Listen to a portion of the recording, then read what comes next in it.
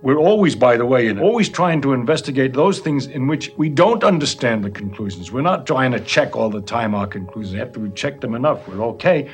The thing that doesn't fit is the thing that's the most interesting. One swing of a hammer in a quiet Cappadocian basement didn't find a crack. It found a staircase into the earth, dropping into a city engineered to vanish. Doors like millstones, air shafts like lifelines, corridors built to trap whoever followed. What terrified ancient humans enough to carve Derinkuyu, keep thousands alive for months, and seal it like a warning? A man swings a hammer at his basement wall, and the house answers with a staircase into the earth. What opens below is so deep, so engineered, and so defensible it feels less like a ruin than a warning. In 1963, in the quiet town of Derinkuyu, a homeowner chased a draft behind a suspicious wall and broke through.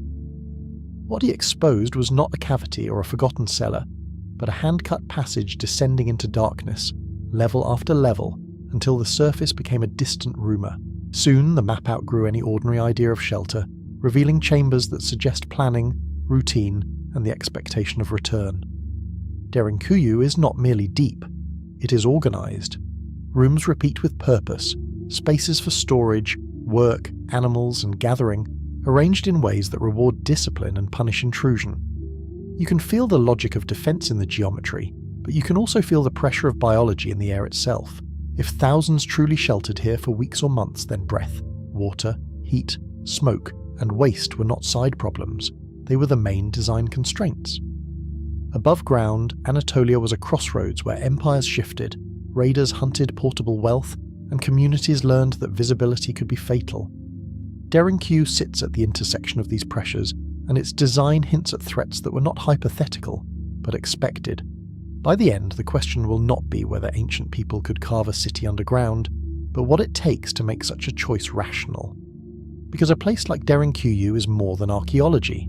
It is a record of fear made practical, and of foresight made stone. We will begin at the wall that should not have opened, then follow geology, engineering, and history into a design built for long lockdowns, and with each level, the paradox sharpens, until the surface itself feels like the risk. Before we begin, let us know in the comments below where in the world you're watching from and what time it is there. Now settle in for a journey to the Derinkuyu Paradox. In 1963, in the town of Derinkuyu, a homeowner chased a small renovation problem that felt ordinary and local. He swung a hammer at a basement wall that seemed too thin, as if someone had patched it in haste. The plaster broke, then the stone gave way, and a dark gap opened where no gap belonged. At first it looked like a simple cavity behind the wall, the kind that hides old pipes or forgotten storage. Then the opening widened into a passage cut by hand, with edges too straight to be accidental. The air felt cooler, and the silence felt engineered, like the hush inside a sealed room. One step became several, and the basement stopped being a basement as the light from above failed. The man did not find a hidden room with a single secret, and he did not find a smuggler's niche. He found a tunnel that continued past his house, past property lines, and past any ordinary reason for digging. The first turn led to another corridor, its ceiling low enough to force a cautious posture.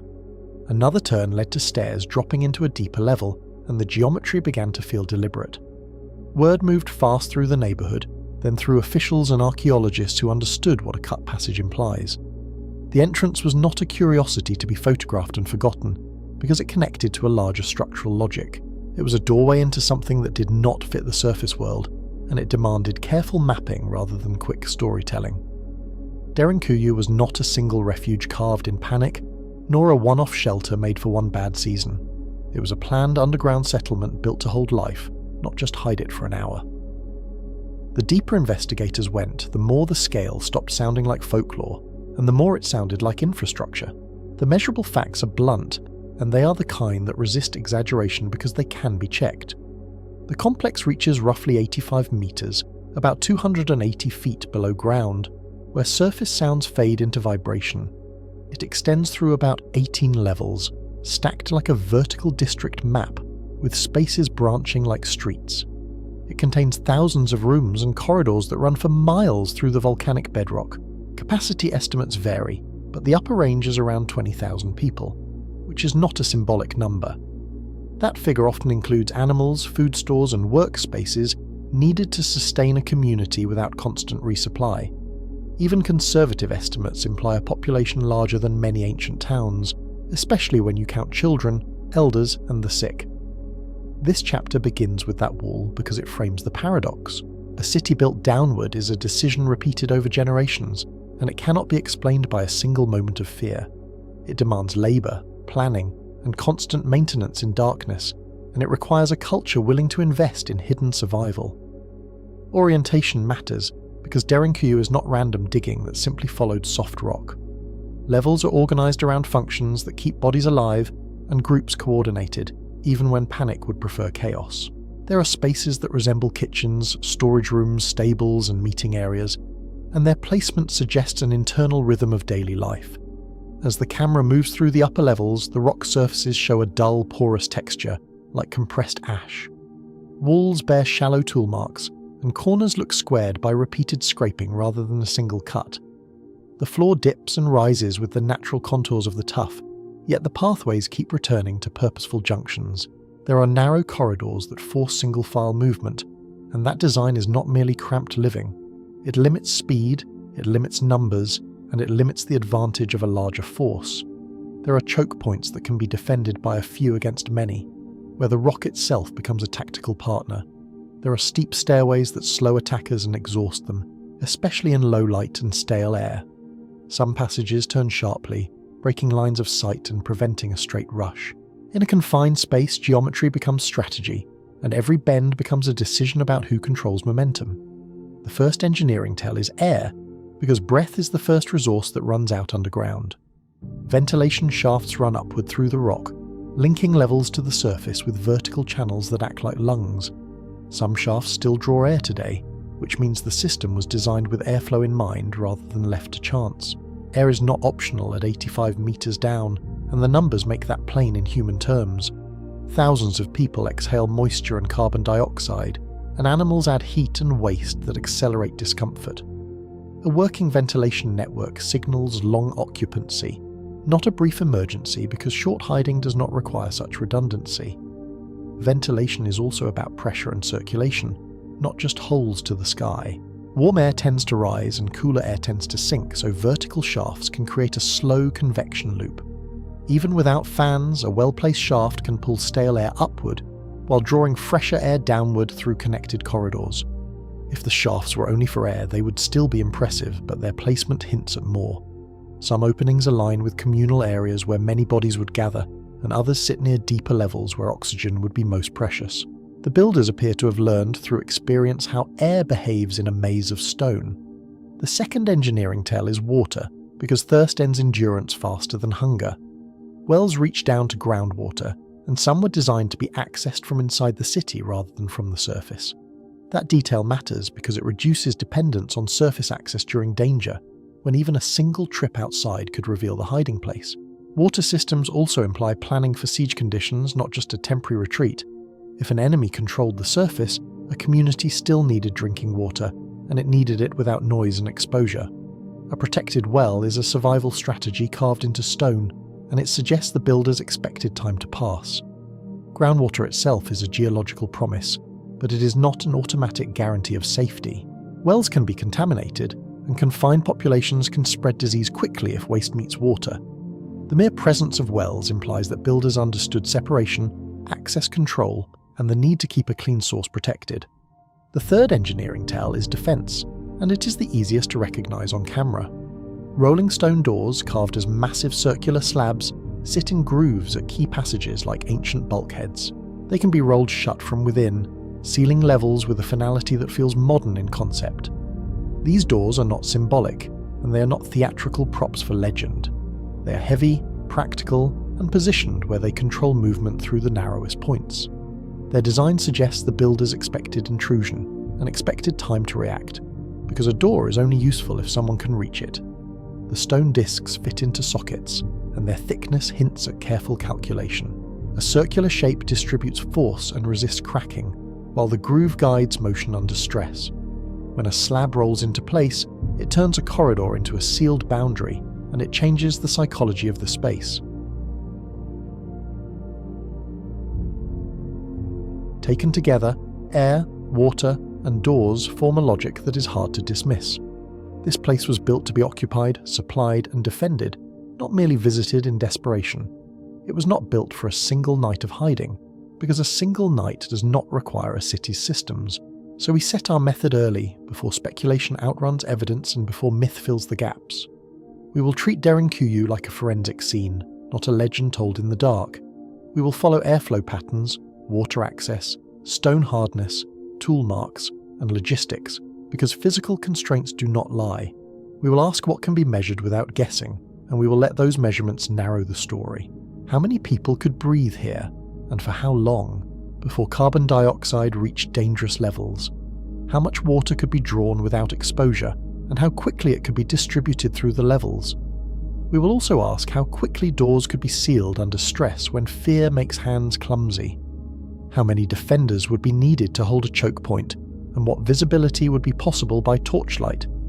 Even simple questions become revealing when the environment punishes mistakes. We will also ask what the rock itself allows, because geology is the silent architect of every underground plan. Cappadocia's volcanic tuff is soft enough to carve, yet stable enough to hold chambers when left in thick supportive masses. That geology makes underground building possible, but it does not make it inevitable, and it does not explain the ambition. Tuff forms from consolidated volcanic ash, and its texture can vary from crumbly to surprisingly strong. In some layers it cuts like firm clay, while in others it holds edges that stay sharp for centuries. Builders could shape rooms with hand tools, but they still had to read the rock like a map. The builders still had to choose to go down, and they had to keep choosing as each level demanded another. They had to carve stairs, widen rooms, remove spoil, and manage collapse risk in a place where failure could trap workers. They had to light the work, feed the workers, and keep the plan consistent across time. Excavation is not just cutting stone, because every cubic meter removed becomes a problem of transport. Spoil has to be carried upward through tight passages, and it has to be hidden or dispersed on the surface. The deeper the city grows, the more each new chamber multiplies the labour of every basket of rock. Building down is costly, and the cost is paid in muscle, time, and coordination. Maintaining down is harder, because ventilation must stay clear, and water must stay safe through long seasons. Waste must be managed, and disease must be controlled in confined spaces where proximity is unavoidable. In a crowded underground environment, smoke becomes a threat as real as an enemy. Fires for cooking and warmth must be controlled, and soot must not choke the airways. The presence of kitchen-like spaces suggests careful choices about where heat and smoke could be tolerated. That cost is the heart of the paradox, and it is why Derinkuyu refuses simple explanations. If the surface is wide open, why commit to an underground city that demands constant vigilance? What threat was so persistent, expected, and severe that generations accepted the burden as normal life? A brief raid does not explain 18 levels, because quick danger does not justify deep infrastructure. A seasonal danger does not explain protected wells and sealed compartments that imply long isolation. A single war does not explain a design that anticipates repeated lockdowns, practiced like a drill. Yet we cannot simply name one enemy and close the case, because the region's history is a palimpsest. The historical record in this part of Anatolia is layered, like the city itself, with eras overwriting one another. Empires rose and fell, and local communities adapted in fragments, sometimes leaving only indirect traces. Derinkuyu sits in Cappadocia, a landscape already marked by rock-cut homes and churches that blend into the hills. People here learn to work with stone and to use it for shelter, storage, and worship, shaping entire valleys into lived architecture. That context explains skill, but not the extreme depth, and it does not explain the scale of coordination. The region's surface is deceptive because soft volcanic formations can look like natural sculptures rather than human work. From above, entrances can be concealed among courtyards, stables, and ordinary walls, which makes discovery difficult even when you stand nearby. That camouflage is part of the design, whether intentional from the start or refined over time. The deeper story is also wider than one site, and that matters for how we interpret intent. Dozens of underground complexes exist across Cappadocia, linked by geography and sometimes by tunnels that suggest shared planning. Derinkuyu is the largest discovered, but it is not alone. and its existence implies a regional tradition. A network of similar sites changes the question, because patterns are harder to dismiss than anomalies. If one community dug a refuge, that could be an extraordinary response to a local event.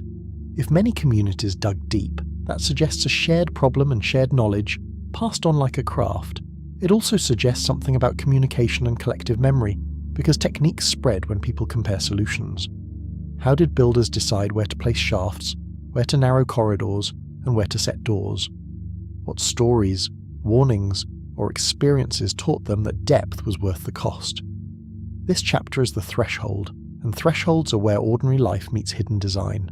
We start with a homeowner and a broken wall because the discovery was accidental and immediate, almost cinematic in its timing. We then confront an engineered habitat that reads like preparation, and the contrast creates urgency. What is known is the scale, the depth, and the functional systems that still make sense when tested. What is measurable is airflow, water access, defensive geometry, and the labour implied by excavation, each a clue with weight. What remains unknown is the original trigger, the timeline of expansion, and the full pattern of use. There are dates proposed by scholars tied to different periods of occupation and modification that left subtle traces. There are arguments about who began the first levels and who expanded them, based on tool marks, layout changes, and regional history. But the stone does not carry a single signature, and the city does not announce one author. In places, the cuts look rougher, as if speed mattered more than finish. In other chambers, the walls are smoother, and the corners feel more deliberate, as if later builders refined earlier work. That unevenness can be read as a timeline written in texture, though it still resists a simple label. That uncertainty is not a weakness of the story, because uncertainty is often where real history lives. It is the reason the story matters, because the structure is real even when the names are missing. A city can outlast its builders and still testify to their fear, their discipline, and their patience. The stakes are not just archaeological, because Derinkuyu forces a question about human behaviour under long pressure. When people believe danger will return, they redesign their world around endurance rather than comfort. They build systems that assume interruption, and they teach children routes, rules, and signals. The paradox sharpens when we imagine the daily choice, repeated until it feels normal. Every descent trades sunlight for safety, and every step down changes the body's sense of time and space. Every sealed door trades freedom for survival, and every narrow corridor turns movement into a controlled act. A society that builds this is not improvising, it is adapting, and adaptation leaves architecture behind. The city becomes a memory made physical, an answer to threats that may change names but keep the same shape. When you stand in a corridor that forces you sideways, you feel the builder's priorities in your shoulders. So we end where the wall began, with an entrance that should not have existed in an ordinary home. A staircase opened into a place that could shelter thousands, and that fact demands an explanation that respects the engineering. If people invested generations into this, what were they preparing for, and why do the answers remain fragmented? Next, we go deeper into the evidence that cannot be argued away. We follow the air shafts, the wells, and the choke points to reconstruct how long a hidden city could truly function, and what kind of world would make such function necessary.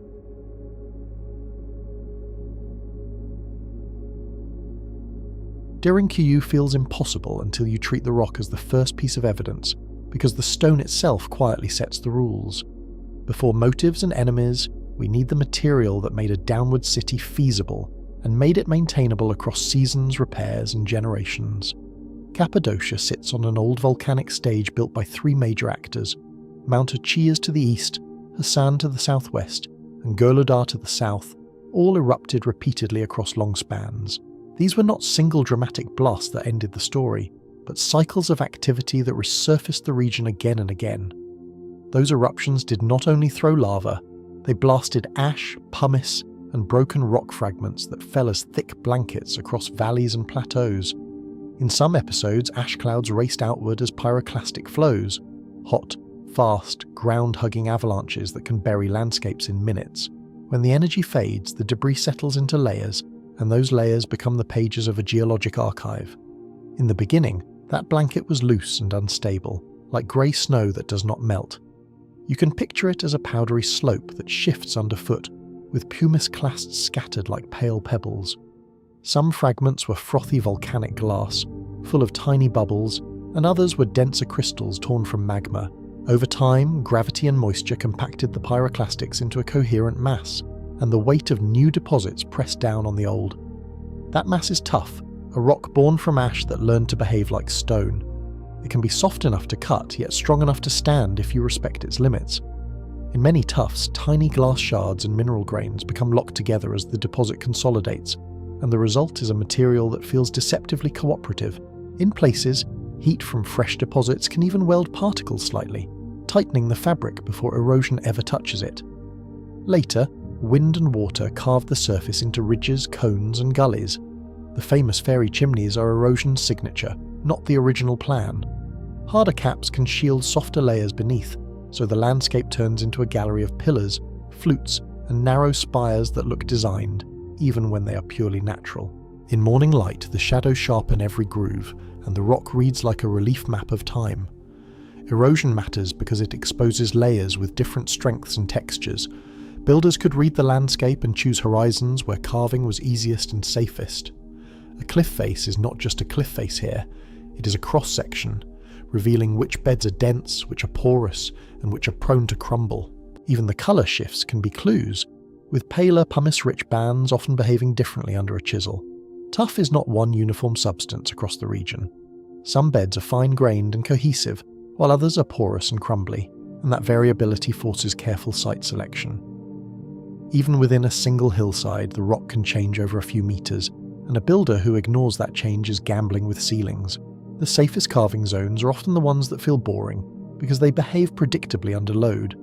In accessible terms, tuff is closer to firm hardwood than to granite. You can shape it with simple tools, but you cannot ignore grain, fractures, and load. It yields under steady pressure, yet it can also chip unpredictably when struck across a weak plane. The sound of work would have mattered too, because a dull thud suggests a softer bed, while a sharper ring hints at harder, tighter rock. When tuff is freshly exposed, it can be relatively soft and workable. With time and air, many tuffs harden as moisture leaves and minerals bind grains tighter. That hardening can be aided by subtle chemical changes, as dissolved minerals precipitate and act like cement between particles. The surface can develop a tougher skin, while the interior remains easier to cut, and that contrast shapes how walls weather. This hardening is not magic, and it is not instant. It is a slow shift that rewards builders who cut early and then let surfaces stabilize. A newly carved wall may feel slightly chalky at first, but later it can become more resistant to abrasion and minor impacts. In effect, the city can cure in place, like a structure that strengthens after the builders leave. This property changes the economics of excavation across generations. A chamber can be carved with modest force, then become more durable as it ages. The work is front-loaded while the benefit arrives later, an unusual bargain in architecture and one that favours long-term planning. It also means that old spaces can become safer than new ones, simply because time has tightened their surfaces. Compared to granite or basalt, tuff lowers the barrier to entry for underground building. A community does not need metal drills or explosives to make progress. Stone hammers, chisels, and scraping tools can remove material steadily, especially when the rock is cut along natural bedding. Tool marks, where they survive, are like frozen gestures, showing repeated strokes that slowly turned rock into rooms. But tuff also punishes careless geometry, because it is weaker in tension than in compression. Roofs fail when you ask the rock to hang rather than to bear. The danger is not always dramatic either, because small cracks can grow quietly until a slab detaches without warning. In a confined corridor, even a modest fall of debris can block movement, which turns a structural mistake into a survival problem. This is where Derinkuyu's layout stops looking like random digging. Rooms cluster because leaving thick walls between voids keeps loads distributed and predictable.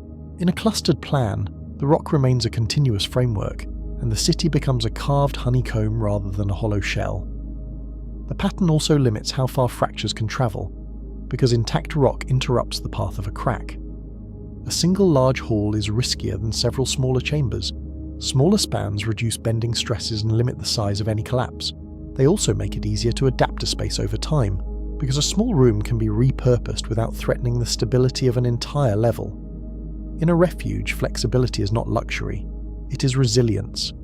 Pillars appear where builders needed to keep a wide space without inviting a roof break.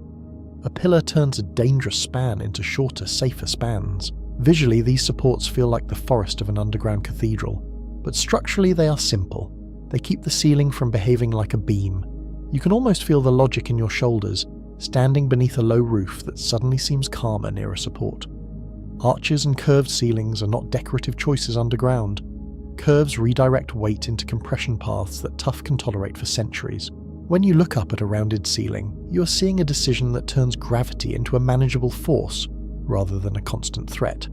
Even a slight curve can reduce stress concentrations, which is the difference between a stable roof and a future fracture line.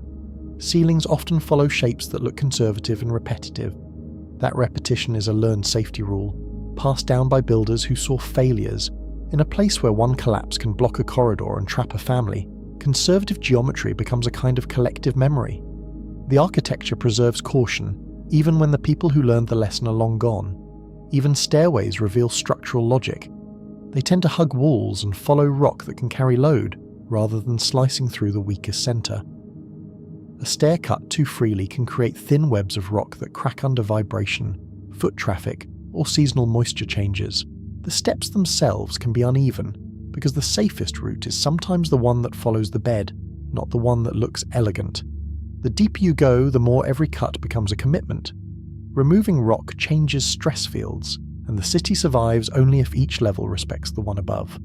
A new chamber is not just a new room, it is a subtraction from the structure that must still carry everything overhead. Underground building is therefore a discipline of restraint, where the uncut rock is as important as the space you gain. Depth is also a thermal and mechanical advantage in tuff. Temperature swings shrink with depth, which reduces cracking from expansion and contraction. The surface bakes and cools with daily cycles, but deeper levels sit in a steadier climate that is easier on the rock. That steadiness also helps people, because stable temperatures reduce the strain of living in hiding. Yet the long-term enemy is not only weight. Fractures and water infiltration slowly turn stable rock into unstable rock, one wet season at a time. A hairline crack can become a pathway, and a pathway can become a weakness that spreads through a ceiling like a quiet stain. The danger is patient, and it works while everyone is asleep. Water moves through pores and joints, carrying salts that crystallize and pry grains apart. Freeze and thaw can widen microcracks near shallower levels. Even where freezing is rare, repeated wetting and drying can fatigue the rock, especially in porous beds that hold moisture longer. Over decades, that fatigue can turn a sound wall into a granular surface that sheds dust at a touch. Infiltration also changes air quality and comfort. Damp walls raise humidity, and high humidity makes cold feel colder and heat feel heavier. It also changes how sound behaves, because wet surfaces absorb and soften echoes, making the underground feel strangely muffled. In that muffling, even footsteps can seem closer, as if the rock is listening. Builders had to manage water without modern membranes. They relied on drainage, careful placement and constant maintenance to keep seepage from becoming collapse. You can imagine the practical routines: clearing channels, scraping mineral crusts, and watching for darkened patches that signal new leaks. Maintenance is rarely romantic, yet in a deep refuge it becomes a form of guardianship. A city like Derinkuyu is therefore not a one-time excavation. It is an ongoing relationship with a living material that responds to weather and time. The rock is stable only when it is understood, and understanding is renewed through inspection and repair. The city's endurance is partly geological and partly social, because knowledge has to be passed along. The engineering constraints are easiest to understand through the body. Underground, the first limit is breath, and breath is controlled by airflow. In a confined space, the chemistry of survival becomes immediate, because every exhale slightly changes the room. You do not need instruments to sense it, because discomfort arrives before numbers do. A few people in a small room can tolerate stale air for a while. Thousands of people and animals turn air into a countdown, even if the rock stays stable. Every breath consumes oxygen and releases carbon dioxide, and the balance shifts faster than most people expect.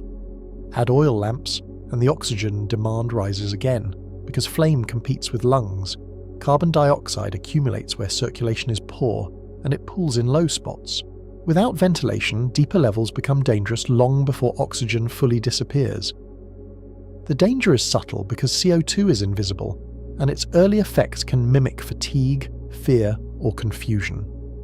How many historical panics began as physiology, mistaken for weakness or dread? Smoke multiplies the problem because it adds particulates and carbon monoxide. Cooking fires and lamps can poison a corridor faster than fear can organise an exit. In a narrow passage, smoke also reduces visibility, and a single wrong turn can turn a manageable situation into panic. Even a small smouldering source can stain ceilings, leaving a dark record of air that once failed. So ventilation is not a convenience feature in Derinkuyu. It is central infrastructure, designed into the plan as deliberately as doors and wells. Ventilation is where geology meets physiology, because the rock's carvability means nothing if the air cannot be renewed. A deep city is only habitable when it behaves like a breathing organism. Vertical shafts create pressure differences that move air slowly but continuously. Warm air rises through higher outlets, pulling cooler air down through connected passages. The flow is gentle rather than dramatic, but gentle is enough when it's constant and distributed across levels. If you hold still near a shaft, you can sometimes feel the faint draft that turns stone corridors into a lung. That circulation only works if roots remain open and balanced. A blocked shaft, a collapsed corridor, or a sealed door can change airflow across multiple levels. In a complex system, small changes ripple outward, and the city's design has to anticipate that sensitivity. Ventilation is therefore both engineering and governance, because people must agree on what can be sealed and for how long. This is why the city is segmented into zones. Compartments let people seal threats, but they also require alternate air paths to prevent suffocation. A sealed section must still breathe, which means the plan needs redundancy, more than one way for air to travel. Redundancy is a quiet kind of foresight, and it suggests builders who planned for failure as well as success. Humidity is the second constraint that turns geology into survival math. Bodies exhale water vapour, animals add more, and wet air reduces comfort and increases mould. In practical terms, dampness also affects stored goods, because grain and textiles can spoil when the air never truly dries. Even wood tools can swell, and leather can sour, which turns climate into a supply problem. High humidity also affects fire behaviour and soot deposition. Smoke clings to damp surfaces and lingers, making ventilation design even more critical. Soot is not just a stain, it is evidence that air once moved poorly, and it marks the places where people learned what not to do. In that sense, blackened ceilings are a kind of warning label, written in carbon. The third constraint is heat management, which is less obvious than cold. Crowded rooms generate heat, and heat rises, so upper levels can become stifling.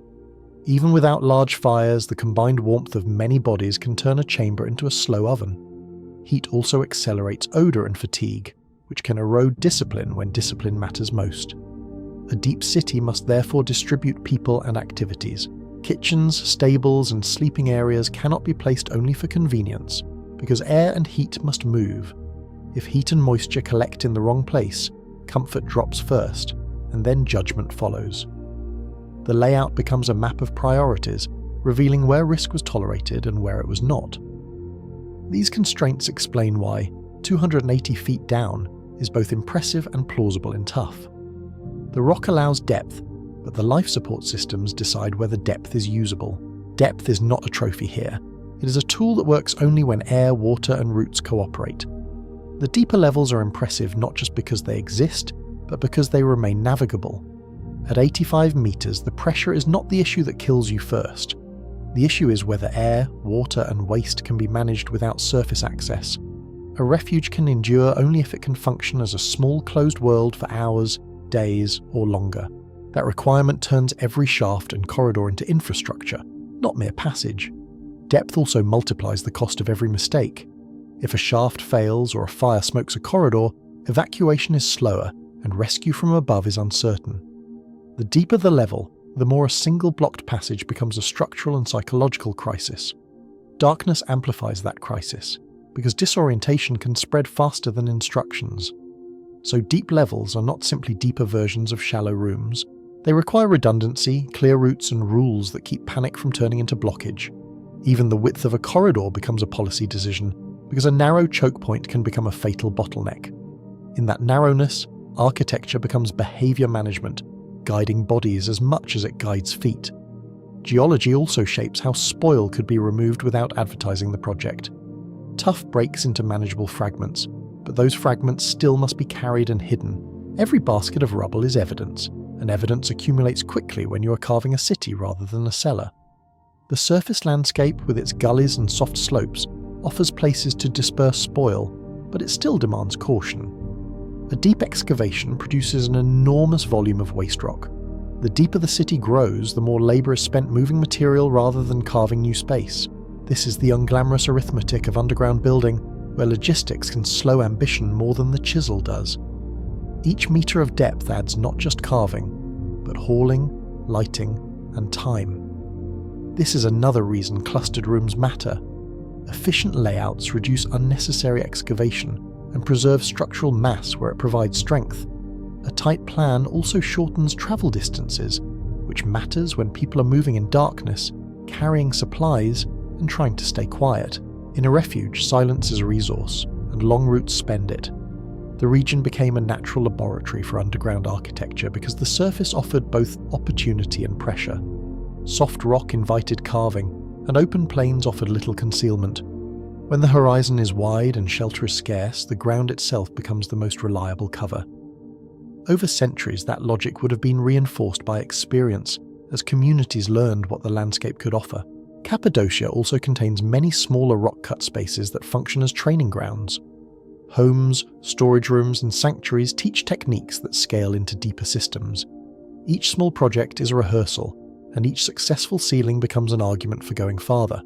A tradition of rock cutting can grow quietly, one practical solution at a time, until an entire underground network feels conceivable. Over time, builders could test what held and what failed. A collapsed niche teaches a rule, and a stable chamber becomes a template repeated across sites. In that sense, the architecture is also an archive of experiments, written not in ink but in surviving shapes. The city's geometry is therefore a record of lessons learned under pressure, sometimes literally. The rock's behaviour encourages incremental expansion rather than a single grand dig. You can add a room, observe stability, then decide whether to go further. This stepwise approach reduces risk, and it also matches human life, because needs change faster than master plans do. It also matches political uncertainty, because a refuge can grow when danger grows, and pause when danger fades. That incremental logic matches what we see in uneven finishes and changing layouts. Derinkuyu reads like a long project that kept adapting to new needs. Some walls look carefully smoothed while others remain rough, suggesting moments when speed mattered more than polish. In torchlight, those rough surfaces catch shadows, and the city reveals its different tempos of work. Still, tough does not guarantee safety, and it does not forgive neglect. A city can survive centuries, then degrade quickly if water, vibration, or human traffic changes. Even small shifts, like a new crack opened by an earthquake, can alter drainage and weaken a ceiling over time. In a layered volcanic landscape, shaking can also reactivate old joints, reopening pathways that had been quiet. Modern visitors see stable corridors, but stability is maintained by limits and repairs. When support is removed or moisture patterns shift, old calculations can fail. The city's present condition is not only a gift from the past, it is also a result of ongoing care and controlled access. Preservation is another chapter of engineering, with the same enemies of water, stress, and time. This chapter begins with that wall because it frames the paradox. The wall opened into a city, but the city begins with ash, pressure, and time. The human story is dramatic, yet the enabling factor is quiet geology, patiently building a rock that can be shaped. When you run a hand along a cut surface, you're touching a volcanic deposit that was once airborne. Once you understand tough, the engineering choices become legible. Narrow corridors reduce span, pillars shorten loads, and curved ceilings keep stress and compression. What looks like a maze becomes a set of structural habits, repeated because they work. The city's complexity is not chaos. It is accumulated decision-making, guided by what the rock will permit. Ventilation shafts become as important as staircases, because they define how long people can remain hidden. A deep refuge without air is only a deep trap. The question is not whether you can dig deeper, but whether you can keep breathing when the surface is unreachable. That question turns every design choice into a wager against time. Water and fractures become the slow threats that builders must anticipate. The enemy outside may be immediate, but the enemy inside is physics, and physics is relentless because it never negotiates, never sleeps, and never forgets a weak point. The city survives only where its builders align their plans with those rules. Derinkuyu's depth is therefore not only a feat of digging, it is a feat of planning that treats rock, air, and water as a single system. The city survives because its builders learn to think like engineers, even if they never use that word. Their success is visible in what still stands, and in what was wisely left uncut. And that returns us to the central question with sharper edges. If the material makes it possible, the next question is intent, and intent leaves fingerprints in design priorities. What did they reinforce first? What did they hide best? And what did they make redundant? Next, we ask what the builders optimized for when survival was the goal. We follow the choices that reveal what they feared most and what they expected to endure.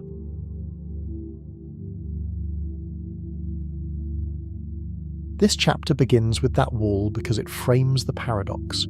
A hidden city is not only habitable underground, it is also legible as a defensive machine, with every surface shaped by risk and response. Derinkuyu does not defend itself with one barrier, it defends itself with sequences, slow zones, decision points, and closures that can be triggered in minutes. The logic feels modern, almost procedural, as if the stone were written with instructions. We map the city the way an attacker would meet it. Every turn, narrowing, and low ceiling reads like a rule. Move slower, move smaller, move where we can be watched and where we cannot easily rush. The first rule is access control, because access is the currency of siege. Derinkuyu offers many entrances, but it refuses straight lines and easy momentum. In defensive architecture, denying momentum matters as much as denying entry. Surface openings are discrete and distributed across ordinary structures. A doorway can look like a storage room, a stable, or a domestic courtyard, until it drops into darkness. That distribution reduces the chance one discovery exposes the whole network.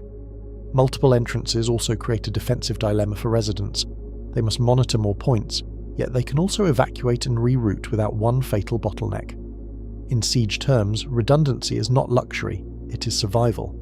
Inside, corridors tighten into single-file channels. Width is rationed, which limits how many bodies can press forward at once. Even a determined group is forced into a line, and a line is easier to stop. Ceilings drop low enough to force a bent posture. That posture is fatigue, and fatigue is time, and time is what defenders need. In cramped stone, the body's mechanics become part of the defense. A bent spine shortens stride length and reduces balance. Add uneven floors and low visibility, and each step becomes a calculation rather than a charge. The city quietly turns basic physiology into friction. The geometry is not designed for comfort. It is designed to deny speed, deny formation, and deny the advantage of numbers. What looks like inconvenience to a visitor reads like doctrine to a defender. Some passages turn sharply and break sightlines.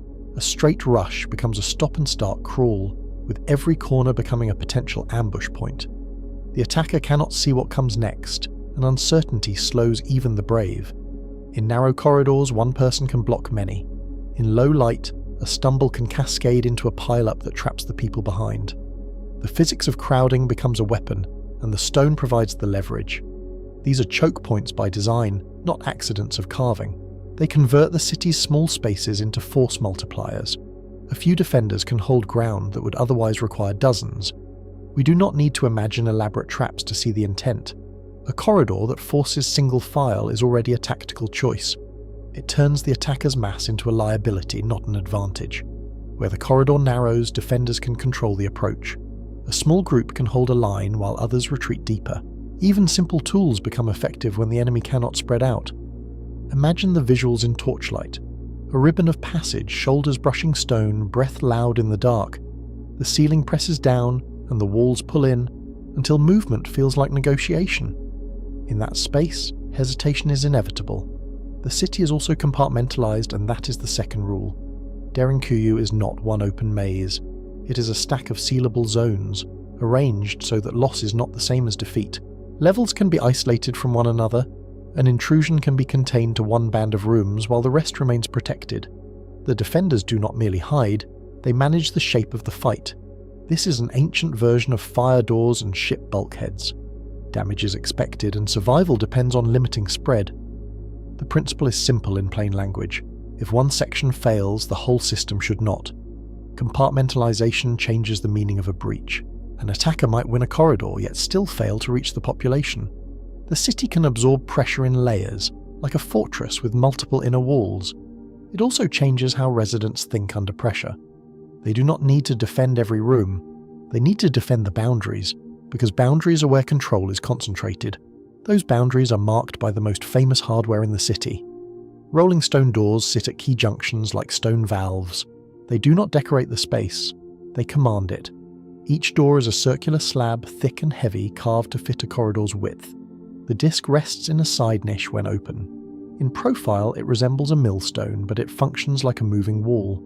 The niche matters because it stores the door without blocking movement. It also hides the mechanism until the moment it is used.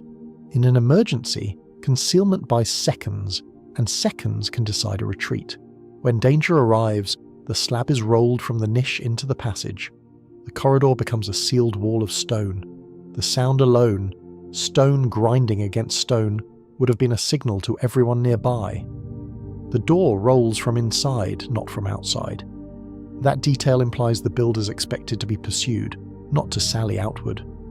The city's posture is defensive, built for withdrawal rather than conquest. It also implies a timeline of response. People had time to reach the door, coordinate and close it before contact. This is not a panic switch, it is a practiced move in a larger sequence. A rolling disc is hard to break in confined space. The circular shape distributes force and resists splitting under impact.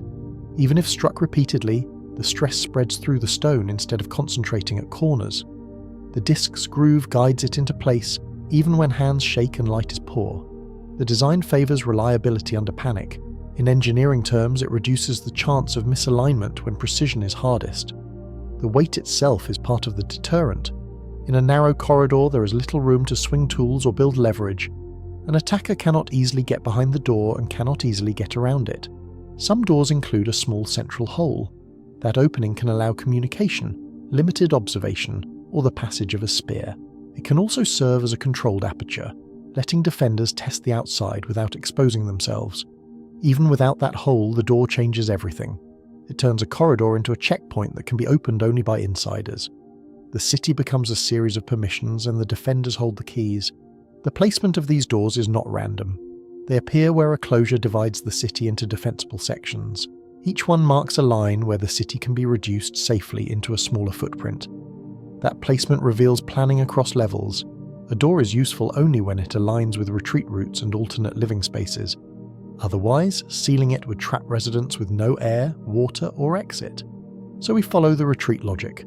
If one zone is compromised, residents fall back to the next, sealing behind them. The city's map reads like a script for controlled withdrawal, repeated until the threat passes. This is defense as depth, not defense as a single wall. The city is built like a fortress turned inside out. Instead of battlements above ground, it has thresholds below ground. Choke points and doors are only half the system. The other half is discipline, sound, light, and information control. In underground warfare, what you reveal can be as dangerous as what you lose. Underground, sound behaves differently. Footsteps and voices can carry through corridors, and echoes can confuse direction. Hard stone surfaces reflect sound, turning a whisper into a misleading presence. For defenders, that acoustic uncertainty can be an advantage. Noise can be used to mislead, to delay, and to mask movement. A few voices in one branch can make an intruder imagine a crowd. For residents, noise is also a risk. A loud group can reveal its position, and a panic can ripple faster than orders. In confined spaces, fear spreads like a physical force, pushing bodies into bottlenecks. Light is equally strategic. Torches and lamps consume oxygen and announce presence with flicker and smoke. In a sealed environment, combustion is not just illumination, it is chemistry.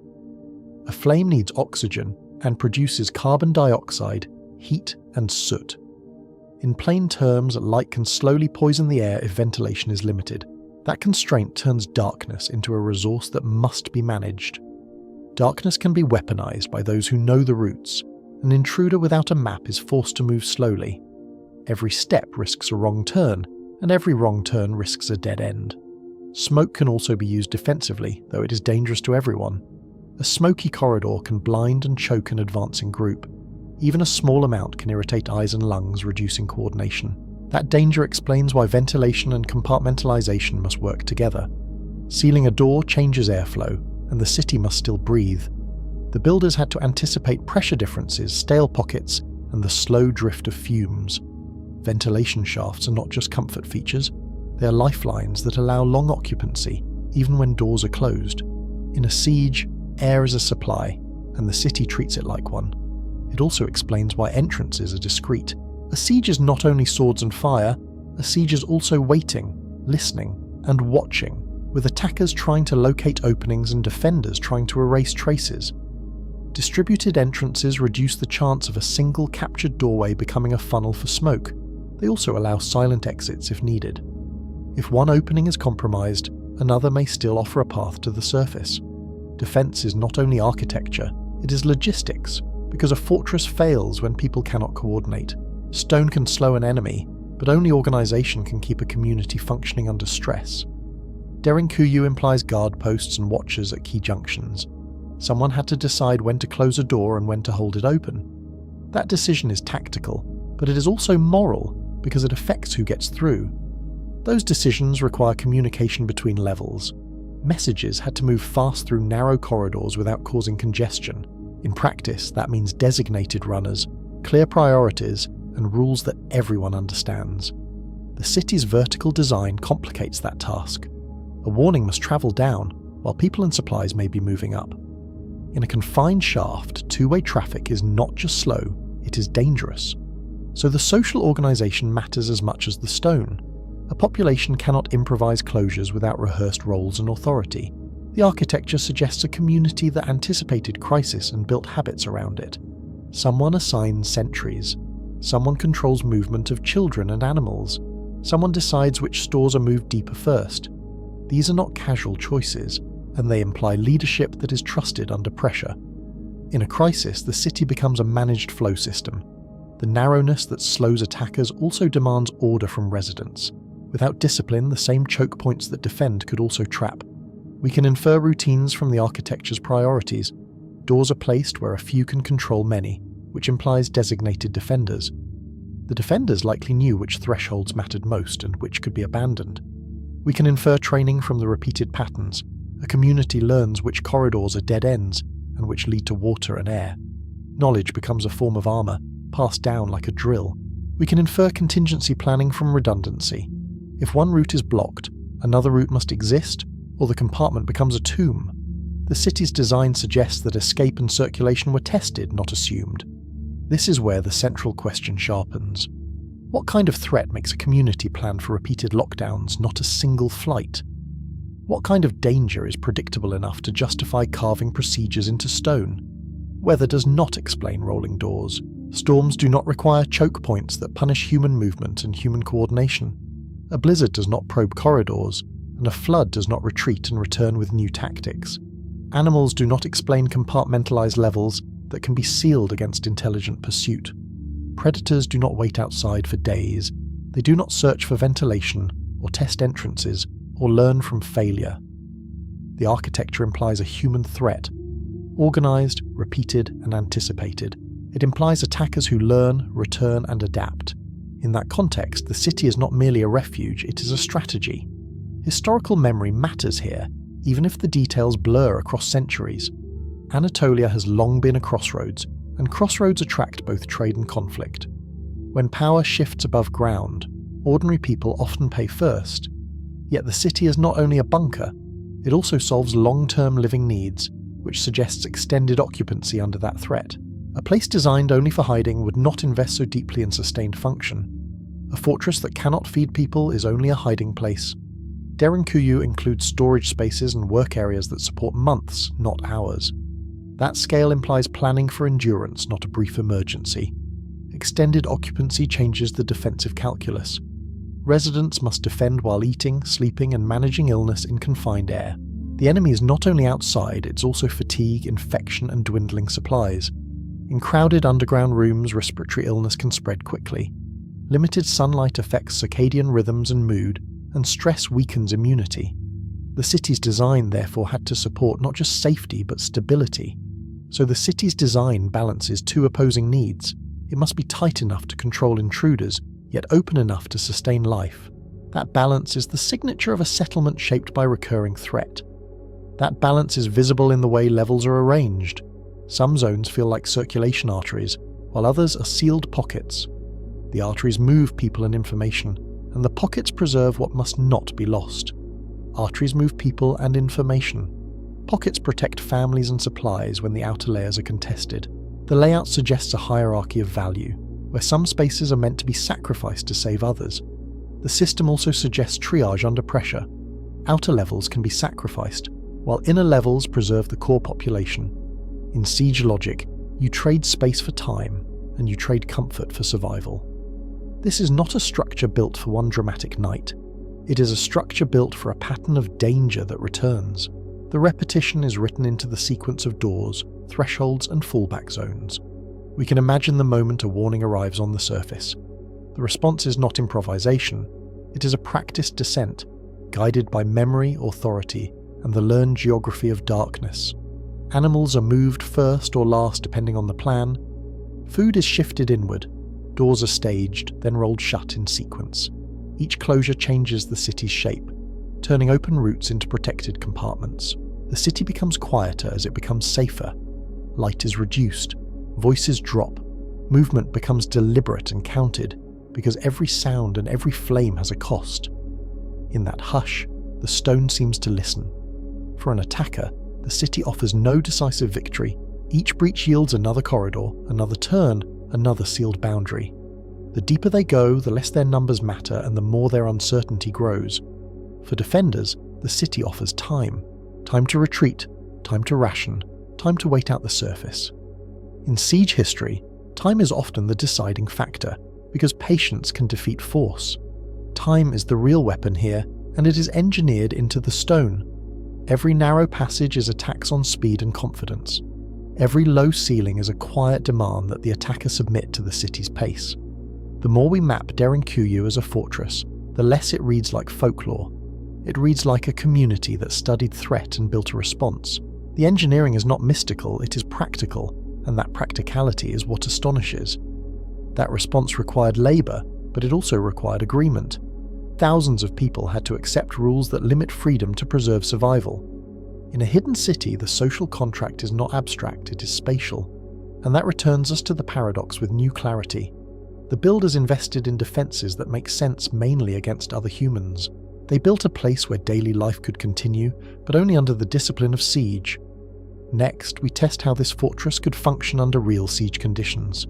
We follow airflow, water access, and storage to measure endurance over weeks and months.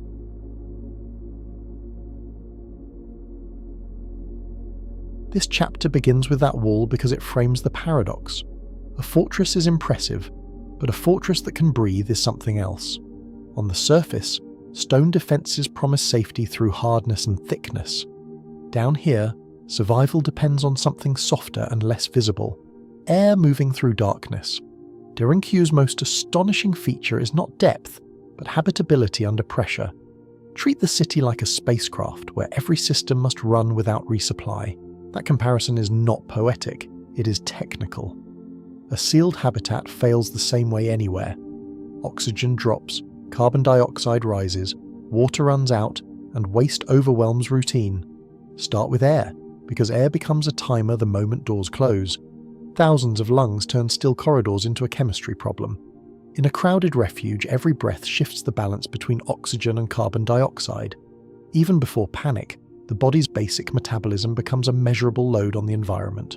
Ventilation shafts are the city's lungs, cut as vertical arteries through multiple levels. They connect rooms, corridors, and surface openings into a distributed breathing network.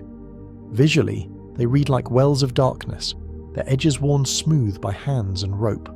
If you look upward, the shaft narrows into a pale circle, daylight reduced to a coin. A single shaft can do more than one job, and that ambiguity is part of the design. Some shafts function primarily as air conduits, while others intersect water tables and become wells. That dual use is not a coincidence, because both air and water benefit from protected vertical access. A shaft that can be defended, hidden and maintained becomes a lifeline in two forms. Airflow underground is driven by pressure differences, not by fans or force. The stack effect moves air when warmer air rises and cooler air is drawn downward. Warm air is slightly less dense, so it tends to climb if a pathway exists. Cooler air, heavier by comparison, slides in to replace it, an invisible exchange that can run all day. Even small temperature gradients can produce continuous movement through tall shafts. The city does not need strong wind, it needs persistent imbalance. Seasonal changes would also matter, because the surface heats and cools faster than the rock. At certain times of day, the direction of flow could reverse, so builders needed flexibility. Multiple openings matter because airflow must survive partial blockage and deliberate sealing. Redundancy keeps compartments habitable when doors close and routes shift. If one outlet is discovered or obstructed, another can still vent the system. Distributed openings also reduce the chance that smoke or poison at one point kills everyone. For a defender, this is the difference between a refuge and a coffin. A single choke point is easy to control, but it is also easy to lose. Shaft placement is not random if you read it as engineering.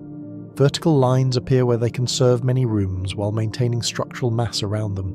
You can imagine the builders listening to the rock as they carved, testing for fractures and stability. In soft volcanic tuff, shaping is easy, but overcutting invites collapse, so the geometry stays conservative. Corridors and chambers act like ducts, and their geometry controls resistance. Narrow passages slow flow, while junctions and voids create mixing and pressure drops. Air behaves like water in a pipe, even though it is compressible. Every bend, constriction and rough surface steals energy from the flow, which means some rooms naturally breathe better than others. The city's compartmentalization complicates breathing, because sealed doors change the network. Builders had to anticipate that a defensive closure could become an air failure. Those famous round stone doors are more than barriers, they are valves. When one rolls into place, it does not just block people, it rewrites the physics of the entire ventilation system. So the plan implies controlled sealing, with alternate paths for air that bypass closed thresholds. A sealed zone must still exchange air, or it becomes a tomb. This is where the city feels less like a cave and more like a designed machine. The architecture assumes human choices, then tries to keep those choices from becoming fatal. Air quality is not only about oxygen, it is about carbon dioxide and smoke. In crowded spaces, CO2 rises quickly and causes headache, confusion and panic. Modern safety guidelines treat elevated CO2 as a serious hazard, because cognition degrades before people realize what is happening. Underground, that slow, mental fog could turn order into chaos. CO2 also pools in low spots when circulation is poor, making certain corners quietly dangerous. People would learn which depressions felt heavy and which corridors stayed fresh. That learning would be physical and immediate, like the difference between a room that feels crisp and one that feels thick. In a place without instruments, the body becomes the sensor. Oxygen consumption is predictable, and it scales with bodies, animals, and flames. A city that shelters livestock must treat air as a ration supply. A resting adult consumes roughly a few hundred litres of oxygen per day, and stress pushes that higher. Multiply that by thousands, then add animals, and the numbers stop being abstract. Fire multiplies the risk because combustion competes with breathing. Lamps, hearths, and kilns consume oxygen and add heat, soot, and carbon monoxide. Carbon monoxide is especially treacherous because it binds to hemoglobin far more strongly than oxygen. In plain language, it steals the blood's ability to carry air, even when air seems present. Smoke is the fastest way to turn a refuge into a trap. In a maze of low ceilings, smoke reduces visibility and collapses coordination. It also travels unpredictably, following pressure gradients through passages like a living thing. A fire in one chamber can poison distant rooms that never see a flame. This forces a rule that shapes daily life underground. Cooking must be controlled, limited, and placed where ventilation can carry fumes away. The likely cooking zones are not deep family chambers, but areas near shafts and higher levels. Heat and smoke rise so upper zones can vent more easily. You can picture these spaces as communal workrooms, where the ceiling is darkened and the walls are polished by repeated contact. The air would still smell of oil, grain, and ash, faint but persistent. Even then, open flames would be managed like a hazardous tool. Small hearths, short burn times, and strict supervision become survival practices. Fuel itself becomes a constraint, because every piece of wood carried underground is weight and volume. That limitation encourages efficiency, and it encourages routines that waste nothing. Lighting follows the same constraint because light is chemistry in a sealed environment. Oil lamps are safer than torches, but they still consume oxygen and produce soot.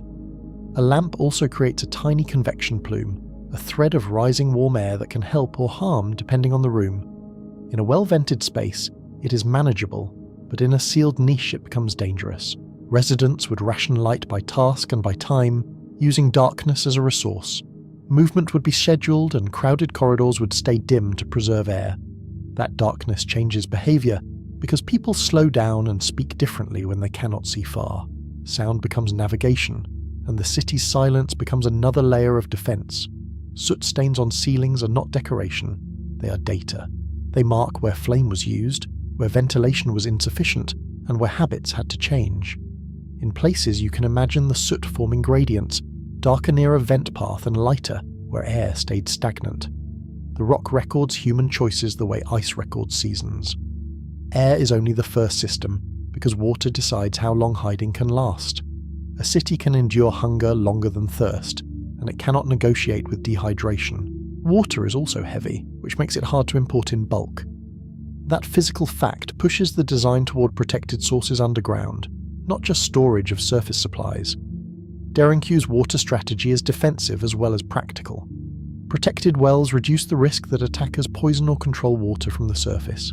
Some wells are cut so they cannot be accessed from above, even if entrances are found. The city keeps water inside its defensive envelope. That separation matters because surface wells are vulnerable during siege. If attackers can foul a wellhead, they can force surrender without entering corridors. Historically, siege warfare often targeted water first, because thirst breaks morale faster than hunger. Derinkuyu answers that logic by hiding the water itself, not merely the people. Multiple water sources also matter because one source can fail. A drought, a collapse, or contamination in one shaft cannot be allowed to end the refuge. Redundancy here is not luxury, it is resilience. When the city is full, a single broken rope or blocked channel can become an emergency within hours. The city likely separated drinking water from utility water whenever possible.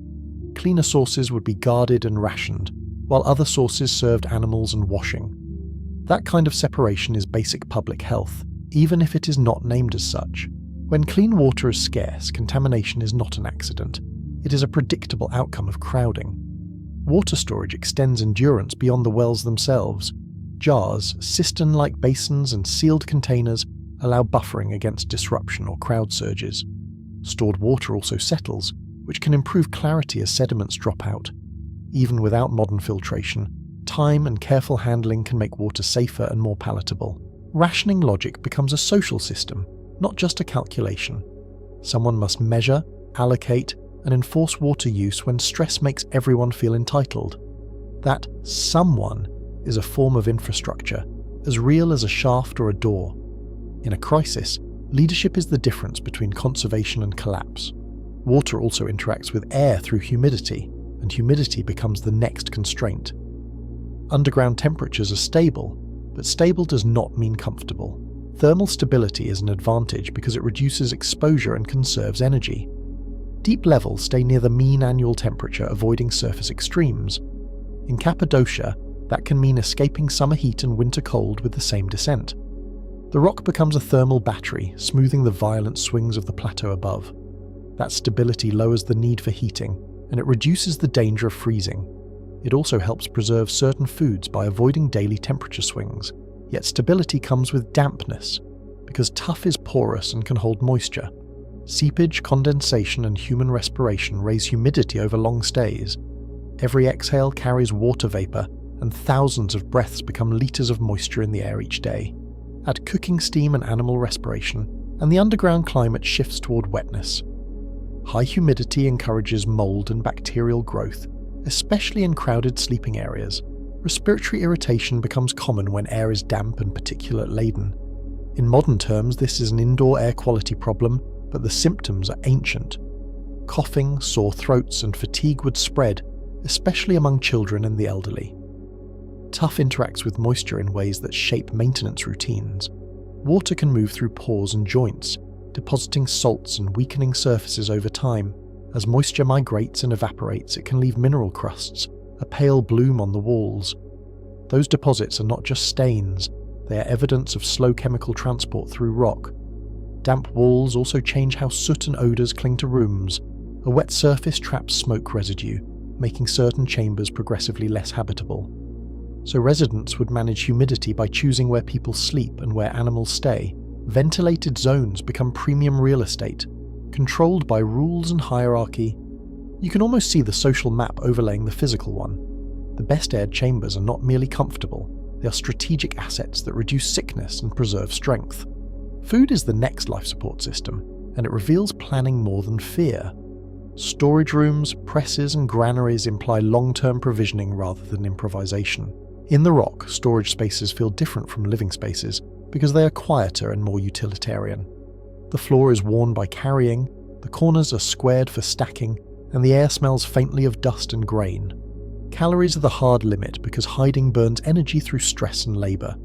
Even at rest, thousands of people require tons of grain over weeks. Stress raises metabolic demand, and so does the work of hauling water, tending animals, and maintaining doors. Underground safety is not passive, it is a constant set of chores. Food storage underground protects supplies from raiders and weather. It also reduces the need for surface trips that could expose entrances. Historically, communities in contested landscapes learn to treat food as something you hide as carefully as people. A hidden granary can outlast a raid, and it can preserve the future after the danger passes. Dry goods like grain and legumes are logical staples because they store well and scale easily. They also require water and fuel to cook, which ties food back to air. That link is crucial because a diet that demands long boiling times demands more flame. The city's menu is therefore shaped by ventilation as much as by agriculture. So the city likely balanced foods that need cooking with foods that can be eaten with minimal flame. Bread, dried fruit, nuts, and preserved dairy reduce smoke risk. Preservation methods also fit the underground environment because cool, stable temperatures slow spoilage. Salted or dried foods become safer when the air stays relatively constant and pests are controlled. Animals change the equation, and Derinkuyu includes stables for a reason. Bringing livestock underground is expensive, loud, and dirty, so it signals a rehearsed plan. A stable is also a sensory marker because the smell is unmistakable. Even with good ventilation, ammonia and damp straw announce an animal zone long before you see it. Animals provide milk, traction, and emergency meat, but they also consume oxygen and produce waste. Their presence forces stronger ventilation and stricter zoning. They also generate heat, which can be helpful in winter but dangerous in crowded conditions. A warm stable near a shaft becomes a managed heat source, not an accident. Stables are usually placed nearer entrances and shafts where air exchange is better. This keeps ammonia and odour from saturating deeper living chambers. That placement is both practical and tactical, because animals are harder to move through narrow passages. Keeping them nearer access routes reduces congestion when doors must close quickly. Animal feed must also be stored, and that doubles the logistics. Grain for people is one pile, fodder for animals is another, and both must stay dry. Moist feed moulds, and mould is not just wasteful, it is hazardous. Spoiled fodder can sicken animals, and sick animals compromise the entire refuge's food and labour system. This is where the city's layout reads like supply chain management. Storage clusters near circulation routes, while living spaces sit behind defensible thresholds. You can imagine the flow of daily movement like a diagram. Water up from the well, grain from storage, waste out toward designated zones. The city is a choreography designed to minimize conflict and contamination. Waste and sanitation are the least visible systems, but they decide whether a refuge collapses from disease. In enclosed space, infection spreads faster than rumors. Close quarters increase contact and shared surfaces become vectors. Without careful separation, one stomach illness can become many, and dehydration follows quickly. Human waste produces pathogens and gases, and it attracts insects and rodents. Without strict disposal, water becomes contaminated and air becomes unlivable. Derinkuyu likely used designated latrine zones, placed away from wells and food storage. These zones would be near ventilation routes and possibly near drainage channels. The placement would also reflect human behaviour. because people need access even at night. A latrine that is too far becomes a temptation to break rules, especially when fear keeps people from moving. Drainage matters because liquids must go somewhere, even in rock. Channels, sumps, and sloped floors can move wastewater away from living areas. A slight gradient in a corridor is not an accident, it is a decision. Over time, repeated washing and disposal would carve subtle paths, and builders could reinforce those paths to keep filth from pooling. The city's porous tuff can absorb some moisture, but absorption is not disposal. Overuse would saturate walls, increase mold, and degrade air quality. So sanitation requires discipline that is social as much as architectural. People must follow rules when tired, frightened, and crowded, or the refuge becomes a disease engine. That discipline extends to cleaning routines and quarantine behaviours. Sick individuals would need separation, and caretakers would need controlled movement between zones. In practice, that means limiting contact, controlling shared water vessels, and keeping bedding and clothing from circulating freely. Even without germ theory, communities learn patterns that reduce sickness because the alternative is obvious. Even simple acts become policy underground. Where you wash, where you dump scraps, and where you keep animals are decisions that affect everyone's survival. This is the hidden cost of refuge. The city demands cooperation. Stone can block an enemy, but only people can block the slow internal threat of disorder. Fire returns here as both tool and threat. Small controlled heat can dry spaces and sterilize tools, but uncontrolled smoke can poison entire levels. A brief warming fire can drive off dampness and make a room livable again, especially after seepage. Yet every flame is also a signal, because heat and odour travel upward through the same shafts that bring air. So heat and light are constrained by ventilation capacity and by the need to stay hidden. A city that glows and smokes announces itself, even if doors are sealed. Residents would therefore rely on minimal flame and shared activity zones. Work that needs light would be concentrated where shafts can carry fumes upward. In those work zones, you can picture faces lit from below, tools flashing briefly, and then darkness returning. The city's rhythm becomes pulses of activity rather than constant illumination. The result is a city that functions through zoning and scheduling. Air, water, food, animals, and waste are separated because mixing them collapses endurance. That separation is a form of systems thinking, even if the builders never used the phrase. They built boundaries not just against invaders, but against the predictable failures of crowded life. Now we can ask what it would take to keep thousands alive for weeks or months. It would take redundancy in air paths, protected wells, stored calories, and strict sanitation. It would also take constant monitoring, even if it was done by smell, taste, and experience rather than instruments. Underground, small changes become warnings, and ignoring warnings becomes a habit that kills. It would also take leadership that can enforce rationing without breaking cohesion. Engineering keeps bodies alive, but governance keeps the system from being sabotaged by panic. That governance might look like assigned roles, rotating duties, and rules about movement after doors close. In a place where one mistake affects everyone, authority becomes a survival tool. Derinkuyu's life support systems suggest repeated use, because they reward maintenance and learned routines. A one-time refuge would not optimize wells, shafts, and storage at this scale. Maintenance leaves traces, smooth steps, repaired edges, soot patterns that stop and start, and niches shaped for containers. These are the fingerprints of return visits, not a single desperate descent. The city reads like a long-built lifeboat, upgraded after each crisis and each lesson. Every shaft and stable implies a community that expected to return underground again. That expectation is the most haunting detail, because it normalizes the unthinkable. When a hidden city becomes routine, the threat above must have felt equally routine. That returns us to the central question with new weight. What prolonged, credible threat made people invest in a hidden world that could run for months? And what does it do to a culture, generation after generation, to practice disappearing as a form of preparedness? How do you teach children the rules of air, water, and silence as ordinary knowledge? Next, we follow the fingerprints of builders across time. If the city can support life, who built it, and how long did it take to become this complex?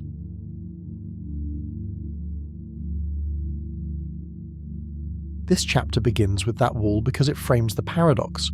A hidden city that can breathe and seal implies builders, schedules, and a long memory. In the camera's light, the stone looks quiet and inert, yet every edge is a decision. Derinkuyu is often summarized with a single number, about 2.5 million cubic feet of excavated rock.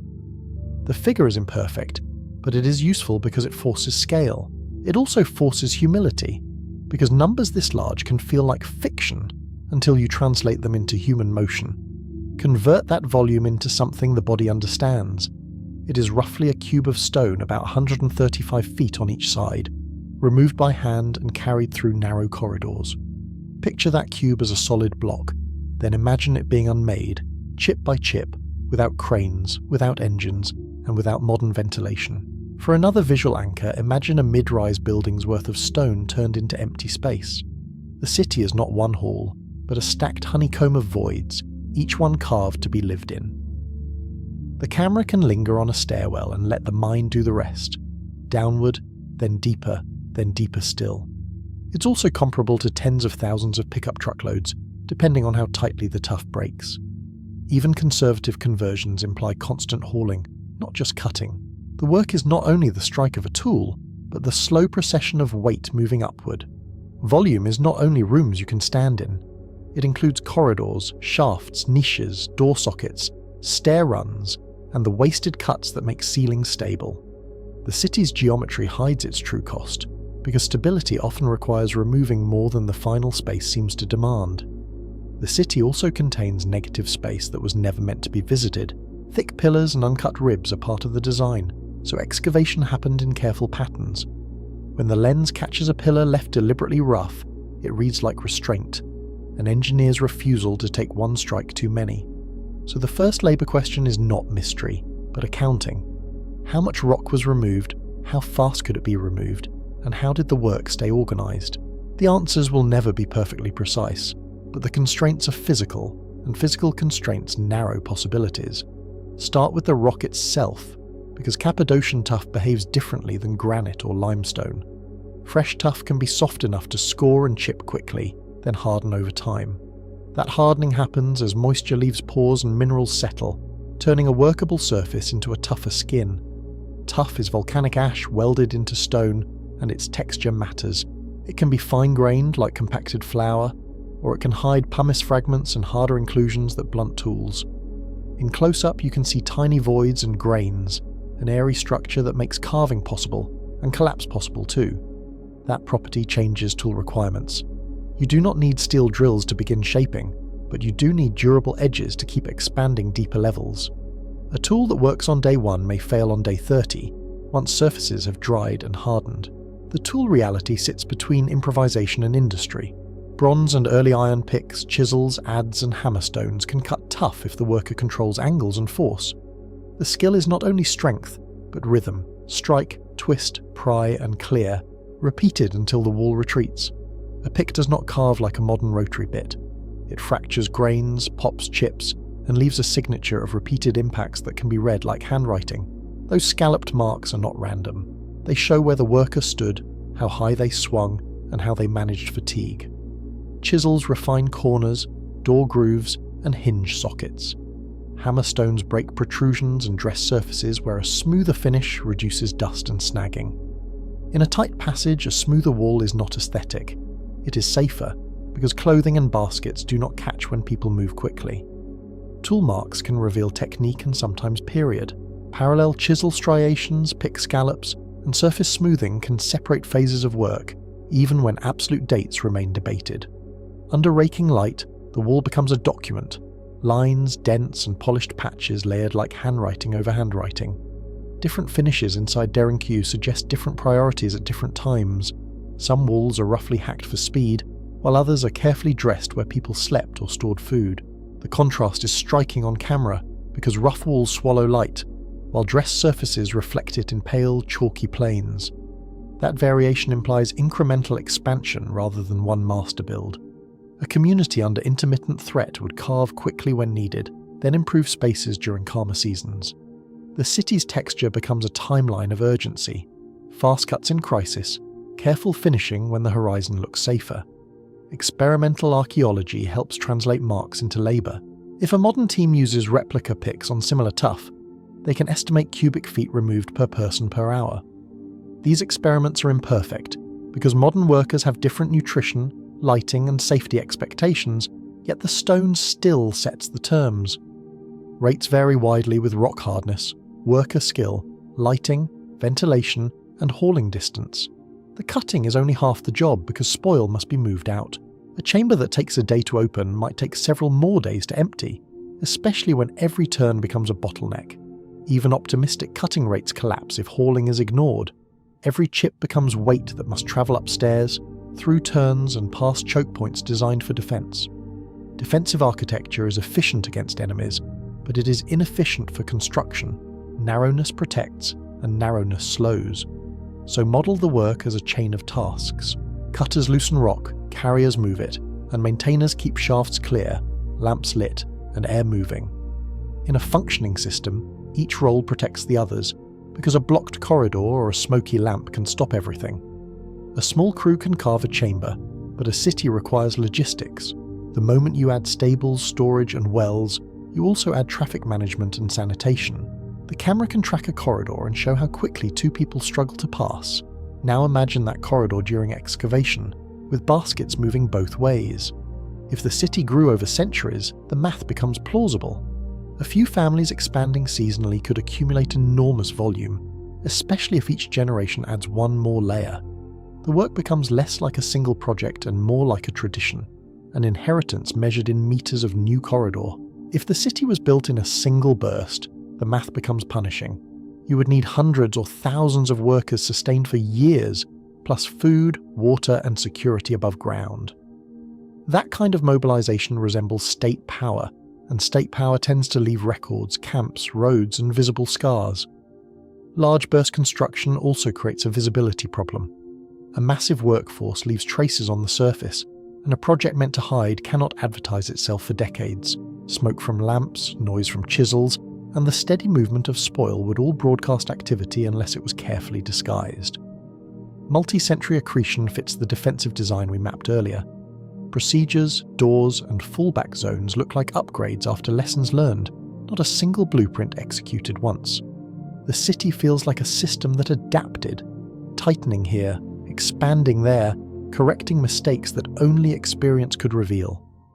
So we treat Derinkuyu as an evolving system. The earliest phases may have been shallow refuges and storage, later deepened as threats became more organized and more persistent. In that reading, depth is not a flourish. Depth is a response to enemies who learn to wait, search, and return. That evolution would also explain why some shafts feel like primary infrastructure. Ventilation and water access likely drove where new rooms could safely branch. In an underground city, air and water are not conveniences. They are the master constraints that decide what growth is possible. Time modelling needs realistic schedules. People could not carve full-time if they also farmed, herded, and maintained surface life. The same hands that swing a pick must also plant seed, repair roofs, and tend animals, because survival above ground funds survival below. Seasonality matters in Cappadocia. Winter limits agriculture but increases the value of sheltered work, while summer demands field labour and reduces available hands. In winter, the underground holds heat and blocks wind, so the city becomes not only refuge, but a workshop protected from weather. A plausible pattern is intermittent excavation. Small teams cut during off-season weeks, then pause, then resume, with knowledge passed down like a craft. The rhythm would be familiar: carve, clear, rest, and return, always keeping the city usable even while it's changing. Now add the hidden cost that never appears in volume estimates. A city underground is never finished, because dust, seepage, and micro-collapses are constant. The work continues after the last chamber is opened, because the environment keeps trying to reclaim the void. Every new chamber creates more surface area that sheds grit. Dust must be cleared or it clogs air paths, irritates lungs, and turns floors into slipping hazards. In lamplight, dust is visible as a floating haze, tiny particles that make breathing feel thick and make maintenance feel urgent. Ceilings must be watched for fractures. In tuff, stability is good in compression, but water and vibration can open joints that need trimming or reinforcement. A hairline crack can be harmless for years, then suddenly shed a slab after a wet season, a tremor, or repeated foot traffic. Water seepage is both threat and resource. Seepage can weaken walls and grow salts, yet controlled seepage can feed wells and keep humidity from crashing too low. Salt crystals are small, but they exert pressure as they grow, an invisible wedge that can slowly roughen surfaces and loosen grains. Maintenance also includes the defensive hardware. Stone doors need clear tracks, niches need to stay unobstructed, and door lines must remain known to every generation. A door that sticks is not a minor inconvenience, it is a failure point when seconds matter. So labour is not just excavation. Labour is cleaning, repairing, and recutting routes when collapses or redesigns demand new circulation. The camera can show a blocked passage and let the viewer feel the implication. Someone chose to close it, and someone had to do the heavy work. That brings us to the debris problem the question visitors ask immediately. If millions of cubic feet were removed, where is the spoil? It is the most practical mystery of all, because rock does not disappear, and ancient communities could not afford to waste effort. The absence of obvious spoil piles is not a dead end. It is a clue that removal was gradual, distributed, and possibly repurposed. A single massive heap would be an archaeological beacon, so the lack of one suggests a strategy, intentional or simply inevitable over time. One hypothesis is agricultural amendment. Crushed tuff can lighten heavy soils, improve drainage, and add minerals, so spoil could be spread over fields without leaving a single mound. Over generations, that scattering would look like ordinary soil management, not the signature of a hidden mega-project. Another hypothesis is surface construction. Tough blocks and rubble can be used in walls, pens, and foundations, especially if the material is already broken into manageable pieces. The same stone taken from below could quietly reappear above, stacked into terraces, folded into courtyards, and disguised as everyday building. A third hypothesis is dumping into erosion channels and gullies. Cappadocia's landscape has natural drainages that can swallow rubble over decades, then rework it downslope. Seasonal storms can move surprising amounts of sediment, and what begins as a pile can dissolve into the wider landscape. A fourth hypothesis is internal reuse. Spoil can be used to backfill abandoned passages, reshape floors, create ramps, or seal older zones to manage airflow and defense. In an underground city, backfill is not only waste disposal, it is architecture, because it changes movement, visibility, and even sound. Internal reuse would also explain why some passages feel intentionally narrowed or blocked. Backfill can convert a wide corridor into a controlled choke point without fresh carving. It can also stabilize weak areas by buttressing walls, turning loose rubble into a structural choice. Gradual removal also reduces surface signature. If each season produces only modest spoil, it can be carted, scattered, or built into ordinary structures without attracting attention. The city's secrecy is not only about doors and tunnels, it is about keeping the surface life looking normal. The debris question also forces us to imagine transport systems. Baskets, sleds, simple carts, and human chains would be more efficient than individual hauling. In tight corridors, a relay line can move material steadily, and it reduces chaos when space is limited. Vertical transport is the hardest part. Spoil must move upstairs and shafts, so builders likely staged intermediate dumps, then moved material upward in steps. That approach turns one impossible carry into several manageable carries, but it also demands discipline so that staging areas do not become permanent blockages. That stepwise hauling creates work rhythms. Cutters work in bursts, carriers rotate, and the whole operation must avoid blocking corridors that also serve daily life. In a living city, excavation cannot monopolize the only routes to water, storage, or sleeping areas. Lighting and air constrain excavation speed. More workers and more lamps increase productivity, but they also increase oxygen demand and smoke load. Ancient lamps burn oil or fat, and their soot can darken ceilings, so ventilation is not an abstract engineering feature, it is the difference between work and suffocation. So excavation likely happened in well-ventilated zones first. Deeper expansion would follow once new shafts or connections improved airflow. The city's growth would therefore track its lungs, each new airway enabling the next phase of cutting. Toolware also constrains speed. Bronze edges dull quickly, iron improves durability, and stone hammers need replacement, so a steady supply of tools becomes part of the system. That means mining, trade, or local smithing, quiet industries that must keep pace with the city's appetite for sharp edges. This is where organisation becomes unavoidable. Someone must allocate toolmaking, schedule labour, and decide which new spaces matter most under the current threat. Even without written plans, priorities have to be set because time and calories are limited. Derinkuyu's layout implies planning without modern drawings. The plan could live in memory, in ritual roots, and in rules that define where new cuts are allowed. The city itself can teach the plan because repeated junctions, familiar turns, and namespaces create a navigational language. Knowledge transfer would be practical and embodied. Children learn the safe paths, apprentices learn where the rock is strong, and elders remember which shafts must never be blocked. In darkness, knowledge is not optional. One wrong turn can trap a person, and one wrong cut can weaken a ceiling. A subterranean blueprint can be preserved as procedure.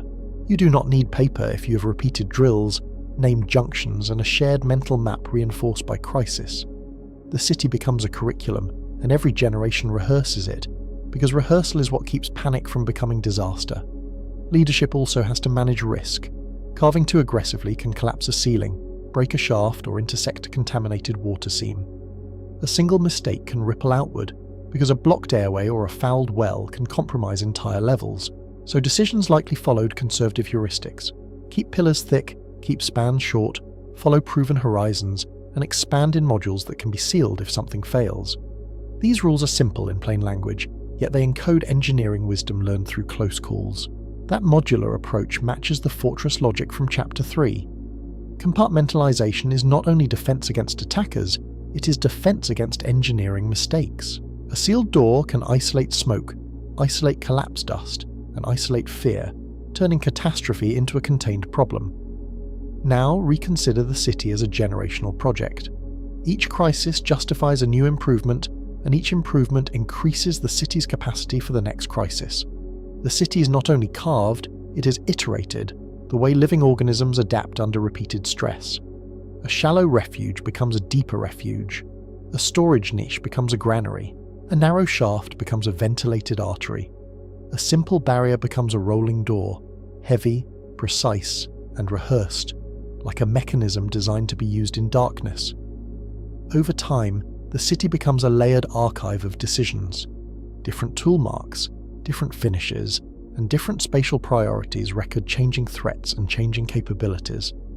When the camera glides past a rough wall into a carefully dressed room, it feels like crossing between eras. This also reframes the central question. A project sustained across centuries implies a threat that was not a rumour, but a recurring expectation. What kind of world makes people invest in invisible infrastructure, generation after generation, when the sunlit surface is still where life must be lived? People do not maintain ventilation shafts and wells for a single night of fear. They maintain them because the cost of neglect is paid later, in blood and surrender. Maintenance is the quiet proof of seriousness, less dramatic than carving, yet more revealing. So the labour mystery points back to purpose. If the work was incremental, then the danger was persistent enough to keep the work socially funded. That funding could be food for workers, time away from fields, and the collective agreement that the city mattered more than short-term comfort. And if the danger was persistent, then the city is not a monument to panic. It is a long-built lifeboat, upgraded as enemies, politics, and tactics changed above. The stone's silence becomes a kind of testimony, an argument that the builders expected to return here again. Next, construction implies purpose. Now we test the leading theories for what danger justified it, and why hiding underground became predictable enough to engineer. We carry forward 3 constraints as we enter those theories. The threat must be human and adaptive, the threat must recur across generations, and the threat must make long sieges plausible. Those constraints are not dramatic flourishes. They are the logical consequences of millions of cubic feet, carved and maintained. Derinkuyu's stone is impressive, but its true signature is commitment. Millions of cubic feet are not carved by fear alone, but by a community that expects to need them again.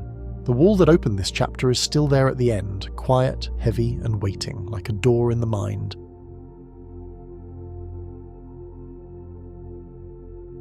This chapter begins with that wall because it frames the paradox in stone, and because the first impression is physical. A hidden city is not only geology and labour, but a social answer to danger that returns.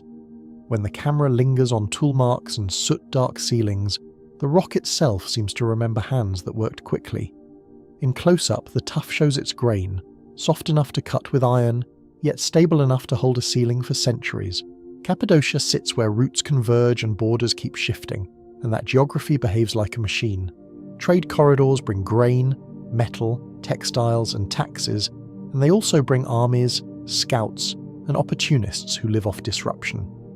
On a map, the plateau looks open, yet the valleys and ridges create funnels, natural lanes that concentrate movement. From above, the land reads like a shallow basin, but on the ground it breaks into folds that hide approach and amplify surprise. A crossroads is wealth that cannot stay private, because traffic leaves traces and rumours travel faster than caravans. A borderland is authority that rarely stays stable, because distant capitals rule through proxies and promises. When empires overlap, civilians become the terrain everyone uses, fed, taxed, and punished by whoever arrives next.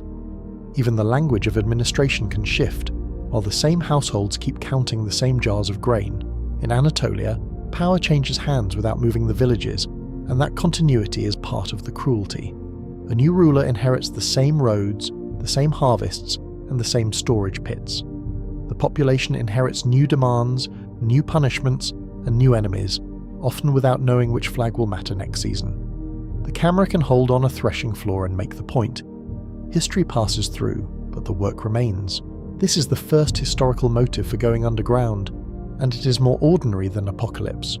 Not a single cataclysm, but chronic insecurity that trains people to think in cycles. When violence becomes seasonal, preparedness becomes a craft, tested, revised, and taught like farming.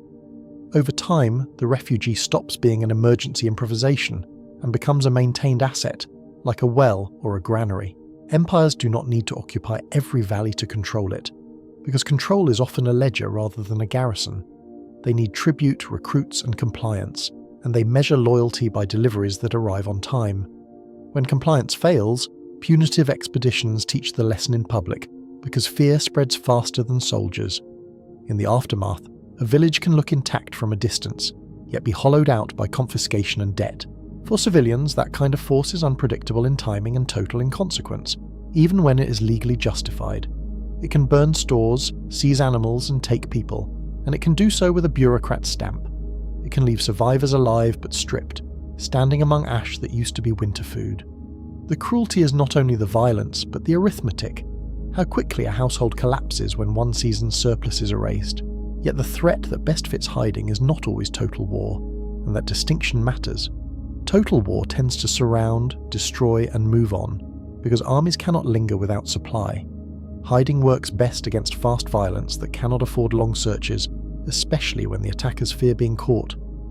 The best refuge is one that turns minutes into hours, and hours into doubt. Raiding economies thrive on speed and surprise, and their logistics are brutally simple. Raiders do not want a siege because a siege is slow and invites retaliation. They want portable wealth, captives, and a clean exit before a response arrives, leaving only confusion behind. In the visual grammar of a raid, there is dust, shouting, and sudden silence, then hoofprints fading toward the horizon. Slave-taking is the darkest logic in that system, and it reshapes every defensive choice. Captives are wealth that walks, and they can be traded far from the raid site. A raid that captures people can profit even when stores are hidden, because bodies cannot be buried like grain. That reality turns concealment into a moral technology, because it is designed to prevent a person from becoming inventory. That changes what a community must protect, and it changes what it must conceal. Food can be buried, dispersed, or moved at night, and animals can be driven into ravines. People must be made hard to find, hard to extract, and hard to track, even when someone is forced to talk. The refuge is not only a place, but a protocol, who goes first, who seals, and who stays silent. Derinkuyu's architecture reads like a response to raiders who return, learning from each failed attempt. Dispersed entrances reduce the value of any single discovery, because discovery does not equal access. Narrow corridors reduce the speed of forced entry, and they also reduce the confidence of anyone pushing forward. In the beam of a flashlight, those passages feel intentionally uncomfortable. stone pressing close, forcing every body into single file. Choke points create a new math for attackers, and the math is physical as much as tactical. A dozen invaders cannot use their numbers because bodies become obstacles in tight stone. A single defender can delay them while families move deeper, and time becomes the most valuable resource underground. Even a small stumble becomes strategic, because recovery takes space that the corridor refuses to provide. Rolling stone doors make that delay repeatable, and the visuals explain why they inspire awe. Each disc sits in a carved channel, heavy enough to resist rams, yet shaped to pivot with practiced leverage. They turn panic into procedure: close, brace, listen. And they allow a retreat that is planned rather than improvised. The circular geometry matters, because force disperses across the stone, and because a narrow gap can be defended with minimal exposure. Compartmentalization matters because attackers adapt, and because accidents happen in the dark. If one zone is breached, the city does not fail as one space, and that is intentional. It fails in pieces, and only if defenders lose discipline, because every door is a decision point. The camera can pan from one sealed threshold to another and show a principle. Security is layered, not singular. That discipline implies leadership and rehearsal, and it implies a shared understanding of priorities. Someone decides when to seal, because sealing too early strands people outside. Someone controls movement so corridors do not become crush points, and so the vulnerable are not left behind. In a functioning refuge, authority is not abstract. It is a voice in the dark that people recognize and obey. Now widen the lens beyond raids to imperial systems, where violence can wear official clothing. Conscription can be a form of violence even when it is legal, because it removes labour and sons. Forced labour can be a sentence without a crime, justified as duty, then remembered as loss. The paperwork may call it obligation, but the household experiences it as missing hands during harvest. A family facing conscription has a narrow set of options, and none are clean. Flee, bribe, submit, or hide, and each choice has costs that ripple through kin networks. Hiding becomes plausible when the landscape offers depth and secrecy, and when communities can coordinate silence. Silence is not passive here. It is collective action, maintained under pressure and temptation. Religious conflict adds another layer of motive, and it often operates through identification. Minority communities survive by becoming hard to categorize, because categories invite enforcement. They use remote terrain, hidden rooms, and coded routines, and they learn which questions to answer plainly. In the wrong season, a name, a rite, or a rumour can become a target marker. In many periods, persecution is not constant, which makes it more psychologically corrosive. It spikes with politics, rumours, and leadership changes, and then it recedes into uneasy calm. That pattern rewards a refuge that can be activated quickly, because the warning window may be hours. The sound of riders, the sight of smoke, or a messenger's breathless arrival can be the only alarm. Secrecy is not only about entrances, and Derinkuyu makes that clear with its internal logic. It is about information control inside the refuge, because captured people become unwilling messengers. Compartmentalization limits what a captured person can reveal, and it limits what a frightened person even knows. A system that assumes interrogation designs for partial knowledge, not perfect loyalty. A maze is not an accident when interrogations are expected, and the camera can trace the reason. If residents know only their routes and their doors, the network stays resilient under coercion.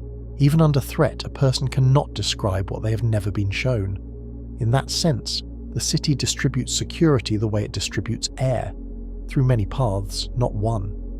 This is where Derinkuyu looks like institutional memory, carved into circulation patterns and blind turns. The city encodes lessons about betrayal, torture, and forced guidance, and it does so without words. It assumes that some people will be broken, so the system must endure anyway. The stone becomes a teacher, guiding feet away from exposure and toward controlled depth. Persecution also explains why hidden spaces must include communal life, not just sleeping ledges. A refuge is not only a bunker, because a bunker preserves bodies without preserving meaning. It must preserve identity through worship, teaching, and shared rules, even when the surface becomes hostile. In the dim chambers, the mind needs structure as much as the lungs need air.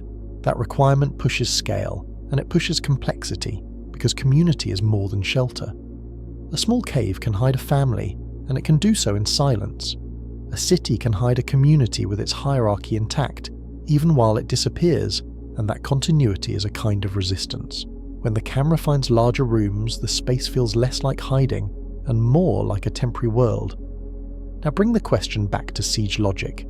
If attackers suspect an underground refuge, what would they do? They would try to make staying underground more painful than surrender, because direct entry is costly and uncertain. The surface becomes a weapon when the underground cannot be easily breached. A siege is, at its core, an attempt to control dependencies: air, water, and time. The simplest tactic is to wait at known exits, and patience can be as lethal as steel. Patience turns hiding into imprisonment, because every attempt to emerge becomes a gamble. A siege does not need entry if it can control the surface, and control can be as simple as watching. In daylight, a guard's shadow at an entrance can be enough to hold an entire city below. The next tactic is smoke, and it exploits the physics of airflow. Fire entrances can drive fumes inward, and smoke seeks the same paths that fresh air uses. Smoke also signals where air is moving, revealing shafts and hidden openings, and that revelation can guide further attack. The camera can follow a ribbon of soot on a ceiling and show how an enemy's experiment becomes a map. Attackers can also try to block vents, because breathing is the first dependency. They can pile debris, seal holes, or post guards at suspected outlets, and they can do it methodically. They can poison air without stepping inside, and they can do it while staying relatively safe. Even partial blockage matters, because reduced flow raises carbon dioxide and humidity long before oxygen fully collapses. They can target water if they can reach it, because thirst compresses time.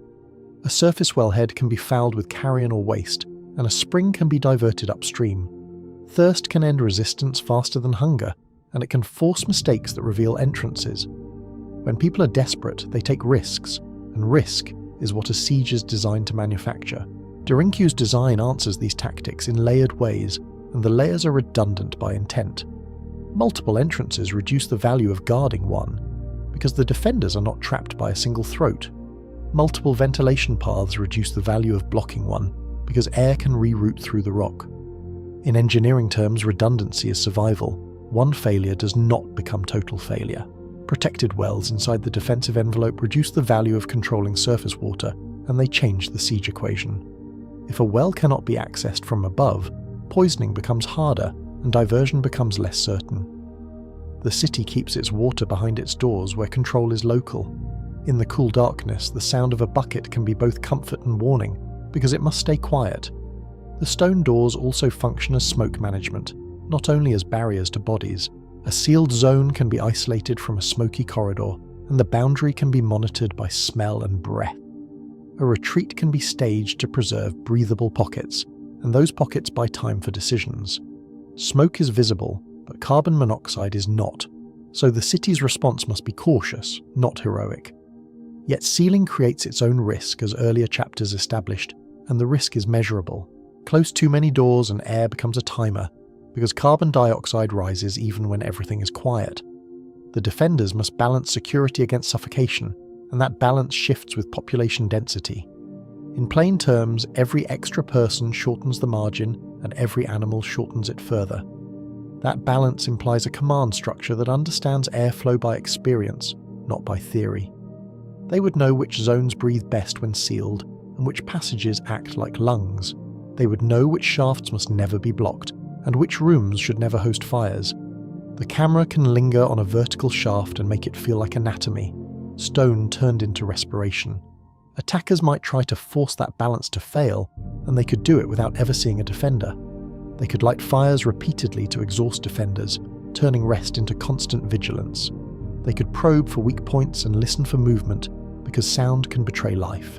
In a quiet landscape, even a dropped stone can become a message. Derinkuyu's tight turns and low passages complicate probing, and they do so in several sensory dimensions. Sound does not travel cleanly, because corners scatter it, and chambers absorb it. Lines of sight break quickly, and torchlight collapses into darkness after a few steps. Attackers cannot easily map what they cannot see. The city turns exploration into fatigue, and fatigue into hesitation. They could still attempt infiltration through captured entrances, and that is where the city's procedural geometry matters. Every advance costs time, posture, and oxygen, and the cost accumulates like debt. The deeper an attacker goes, the less they can carry and the more they must commit. That commitment is dangerous because retreat under pressure is harder than advance in calm. A crouching attacker in a narrow corridor cannot swing freely, and their own equipment becomes a liability. A shield is awkward, and a spear has no room to thrust.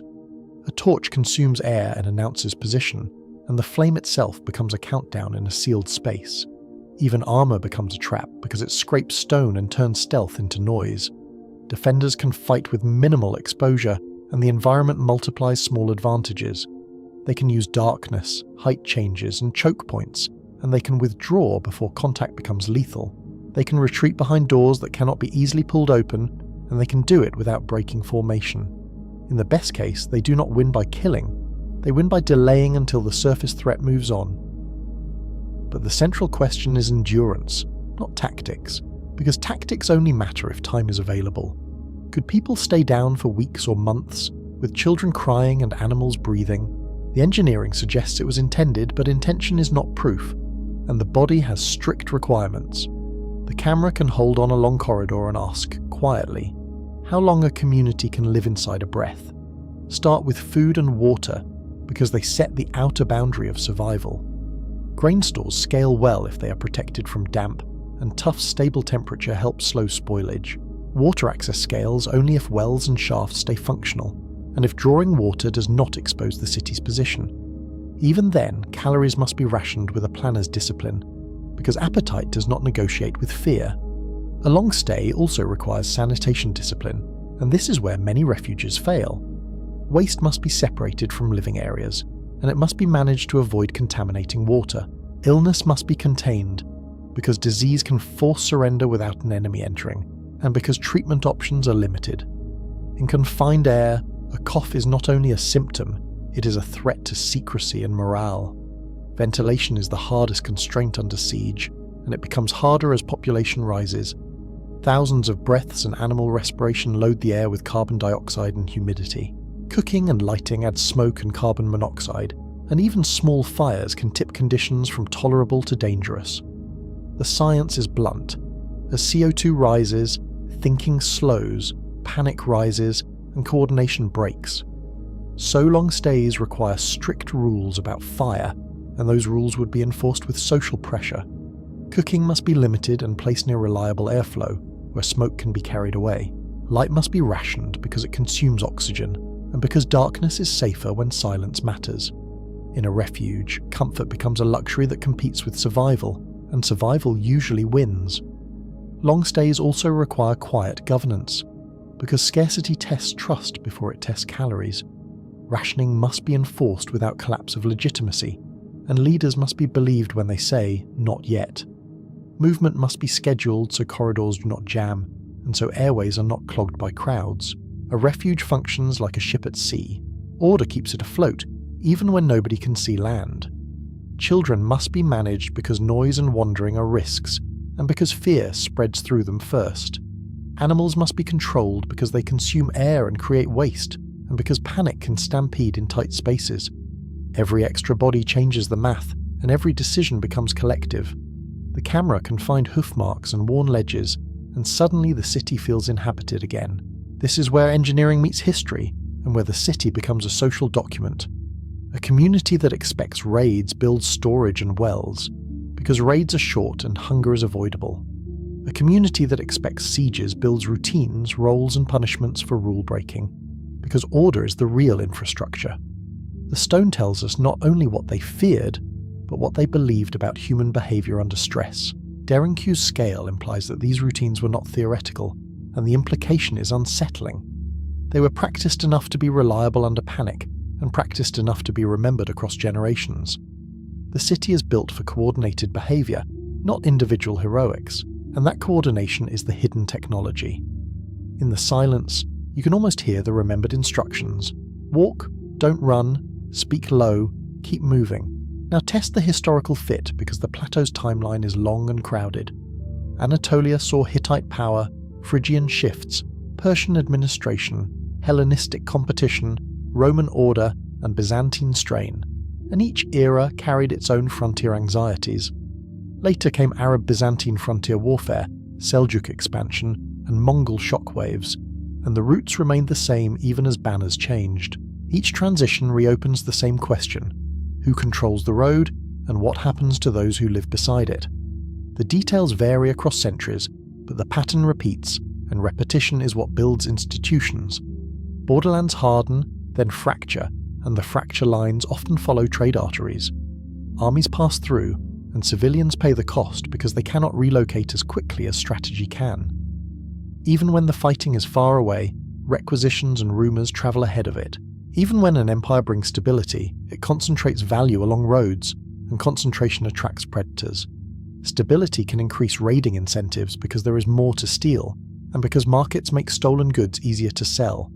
A safe road is a predictable road, and predictability is an invitation to ambush. The paradox is sharp. Order creates wealth, and wealth creates targets. Religious conflict also cycles through these periods, sometimes quietly, sometimes with spectacle. Imperial policy can protect minorities, then reverse under new leadership, and the reversal can be sudden. Local feuds can ignite when central power weakens, and neighbours can become informants when fear offers leverage. The camera can show a calm village street and let the narration remind us how quickly calm can become accusation. So the motive for refuge can persist even as the specific enemy changes, and that persistence is the key. The city does not need one villain because it is not built for one story. It needs a world where violence is credible and recurring, where memory of the last raid shapes the next harvest. The refuge becomes a kind of long-term insurance policy, paid in labour and maintained in secrecy. That helps explain regional proliferation, because adaptation spreads like a technology. Dozens of underground complexes exist because the same incentives apply across the plateau, and because the stone makes it possible. If your neighbour can disappear, you must be able to disappear too, or you become the easy target. Over generations, the very idea of safety shifts. Visibility becomes vulnerability, and depth becomes normal. Yet human conflict alone still struggles to explain the sheer scale, and the camera feels that tension in every descending level. A raid might justify a refuge, and a season of persecution might justify secrecy. It does not automatically justify a multi-level city that can shelter thousands, with rooms for storage, animals, and gathering. When the lens looks down a stairwell that seems to fall forever, the question becomes unavoidable: how many times did they need this to work? Scale suggests either repeated high-stakes episodes or a cultural institution, something maintained even in calmer years.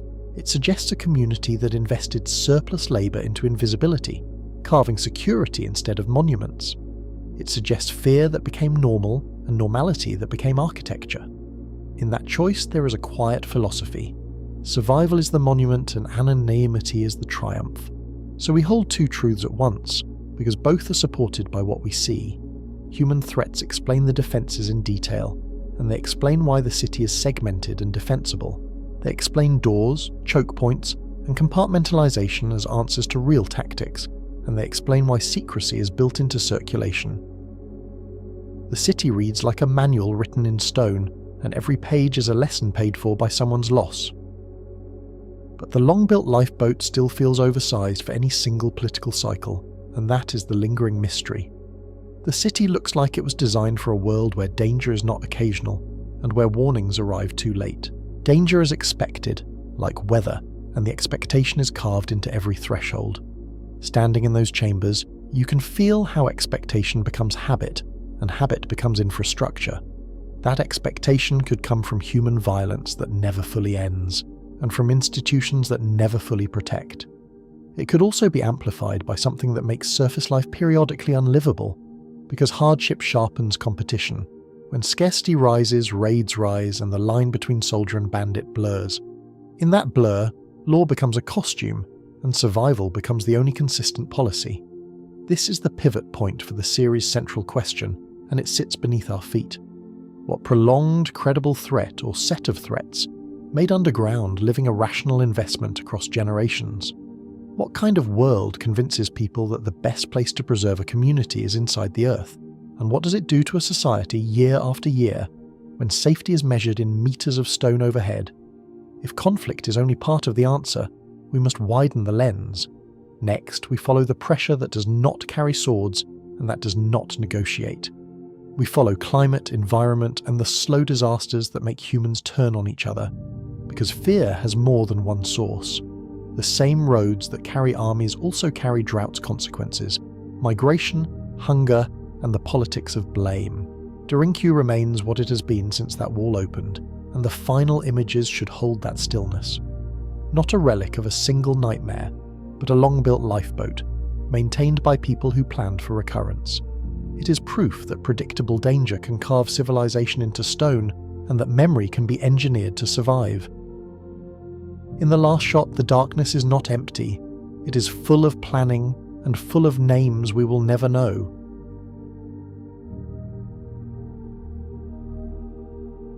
This chapter begins with that wall because it frames the paradox in a new register. A city built to outlast attackers also outlasts the sky. In the bright Cappadocian sun, stone looks permanent, yet the atmosphere above it can change in a single afternoon, turning routine into emergency. Cappadocia's surface life depends on timing, and timing is never guaranteed. Rain that arrives late, snow that lingers into planting season, and wind that strips thin soil can turn careful planning into loss. Even a small shift in seasonal patterns can ripple outward, because dryland farming runs on narrow margins and borrowed certainty. Climate is not an enemy with intent, yet it produces pressure with the same result. When harvests fail, the margin for error collapses and every neighbour becomes a variable. A family that would normally trade or lend may suddenly hoard, and the social fabric tightens under stress. Derinkuyu's underground is not only hidden space, it is stable space, where temperature and exposure stop swinging with the seasons. The camera drops past the entrance and the light fades. Then the air changes, cooler and steadier, like stepping into a different calendar. Below ground, the daily thermal curve flattens, and the physics is simple. Soil and rock have thermal mass, so they absorb heat slowly and release it slowly, damping the sharp peaks and valleys that punish bodies. Heat waves and hard freezes lose their bite, and the body spends fewer calories just staying functional. That stability is a survival multiplier because it preserves labour. If people are not fighting wind and cold, they can work, rest, and ration with clearer judgment. It also reduces illness risk, because exposure and malnutrition often travel together, especially when sleep is broken by weather. It also preserves equipment and stores in ways that are easy to overlook. Drying cycles, sudden frosts and storm damage punish surface shelters, while tough chambers hold a steadier microclimate. Wood swells and cracks less, leather stays usable longer, and stored grain avoids the condensation cycles that invite mould. This is not a claim that weather alone carved Derinkuyu. It is a test of how climate shocks could make underground refuge a repeated rational choice. The point is not romance, but incentives. What makes a community return to depth again and again? Start with the simplest advantage. Underground space reduces exposure, and reduced exposure lowers risk during unstable seasons. When the sky becomes unreliable, even short trips become expensive, because every errand carries cold stress, heat stress, or wind-driven dehydration. A harsh winter can kill quietly through exhaustion. The danger is not only freezing, but the grinding math of calories burned to stay warm, then replaced with food that may already be scarce. A drought can kill indirectly through debt, migration, and the slow failure of livestock long before anyone collapses from thirst. In both cases, the refuge does not need to be permanent to be valuable. It needs to be ready when the surface becomes unpredictable. Readiness is the key word here, because a shelter found too late is not a shelter at all. Thermal stability matters most when energy is scarce. If wood is limited and animals are weak, a warmer underground reduces fuel demand. At depth, air temperature tends to drift toward the annual average rather than the daily extreme, so a winter night feels less punishing, even without a roaring fire. Coolness matters too, because heat can spoil food and strain water supplies. A cooler chamber slows decay and makes rationing more forgiving. It also reduces the need to ventilate constantly, which matters when opening passages could reveal movement or invite dust. Derinkuyu's architecture already reads like a sealed habitat. In climate terms, that same design becomes a buffer against extremes. Narrow corridors, thick doors, and staggered chambers create a layered interior, each layer shedding a little more of the surface's chaos.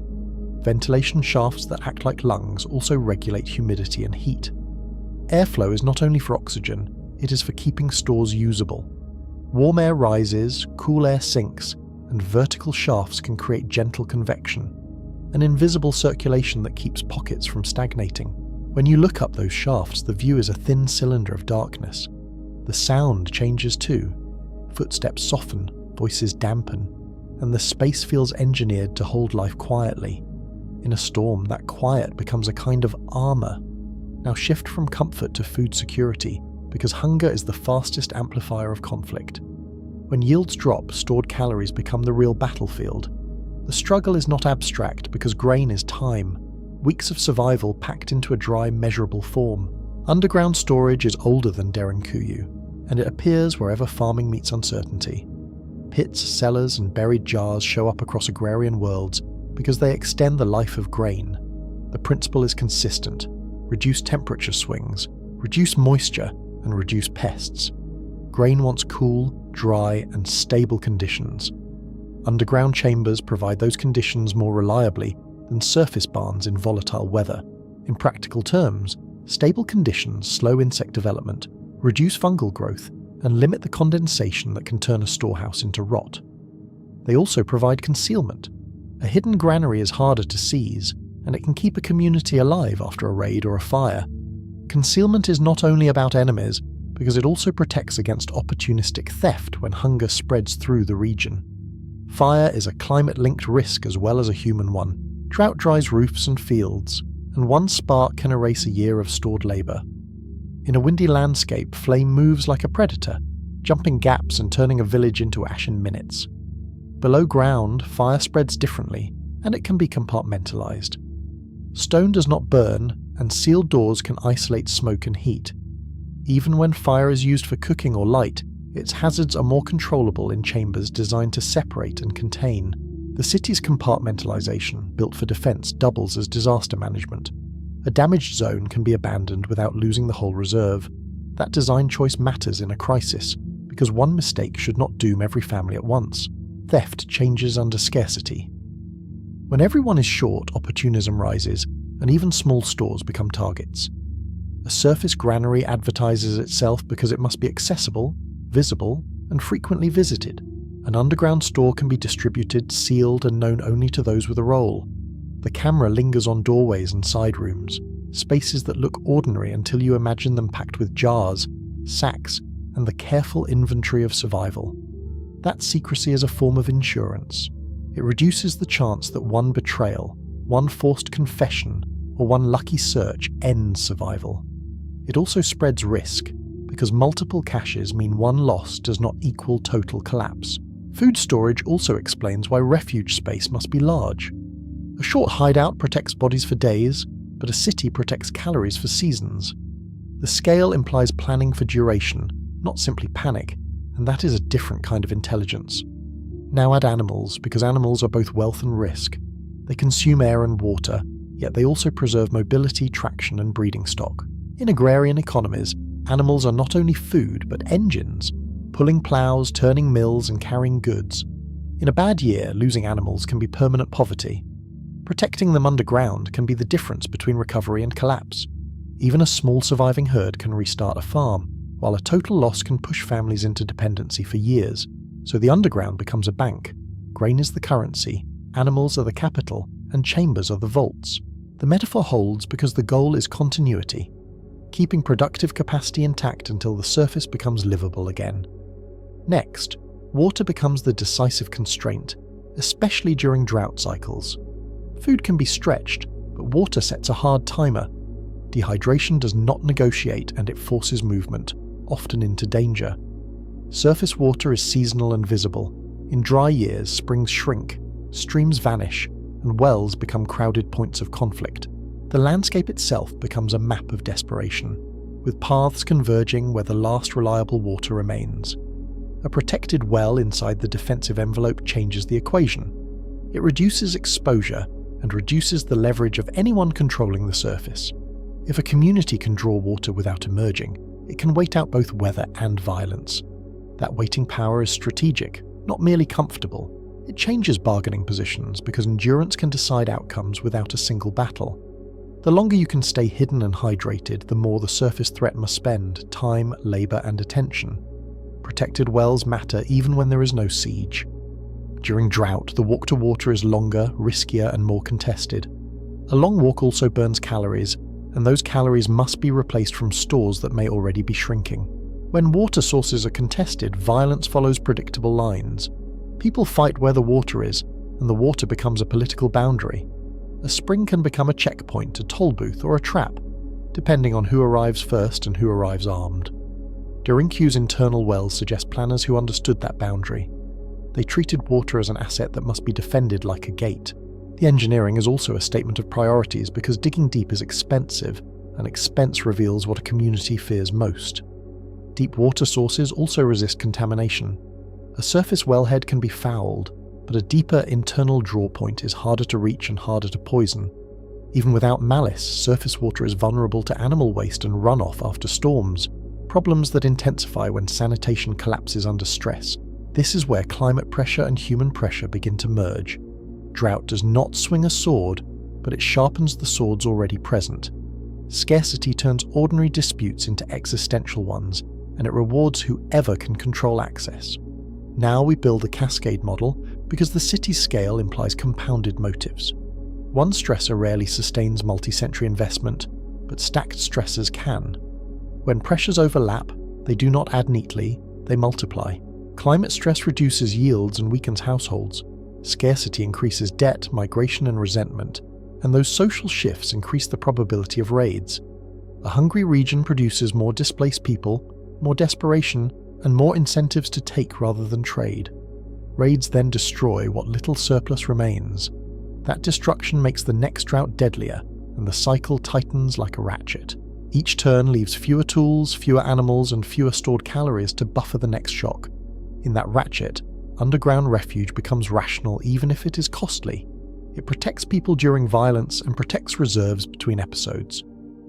The refuge is not only a hiding place but a stabilizer, an attempt to break the feedback loop. The point is not competition between explanations. Climate and conflict can reinforce each other, and the architecture can serve both. A community that expects only weather builds storage, while a community that expects only raiders builds hiding. A community that expects both builds a city. Derinkuyu's design choices align with that combined expectation. Stable chambers protect food, wells protect water, and doors protect time. Time is the hidden currency. Every day underground is a day the surface threat must pay to keep searching, waiting, or guarding. Time also favors the prepared, because endurance is easier when you planned for it, measured it, stored it, and protected it. Climate shocks also change the warning window. A sudden blizzard, a late frost, or a dust storm can force rapid sheltering without any human enemy. The visual is immediate, clouds rolling over the plateau, wind bending grass flat, and the horizon disappearing into grit. That kind of forced retreat trains routines. People learn how to move fast, seal zones, and manage fire and air, even when the trigger is weather. They learn which passages bottleneck, which doors jam, and which chambers hold heat best. Those routines then transfer to human threats. Practice under storms becomes competence under raids, and competence makes deeper investment feel worthwhile. Skills become habit, and habit becomes a form of collective technology. This is how preparedness becomes culture. The city is not only a place to run, it is a system that expects activation. A system implies roles, and roles imply rehearsal. Who carries water, who checks doors, who counts stores, who watches children. Human psychology matters here, because long projects require belief. People invest in insurance architecture when shocks repeat and memory becomes instruction. A single disaster can be dismissed as fate, but repeated disasters become pattern. Patterns justify labor that would otherwise seem irrational. Generational memory turns into rules. Store here, seal there, keep this shaft clear, and never reveal that entrance outside the kin group. That is not paranoia, it is budgeting.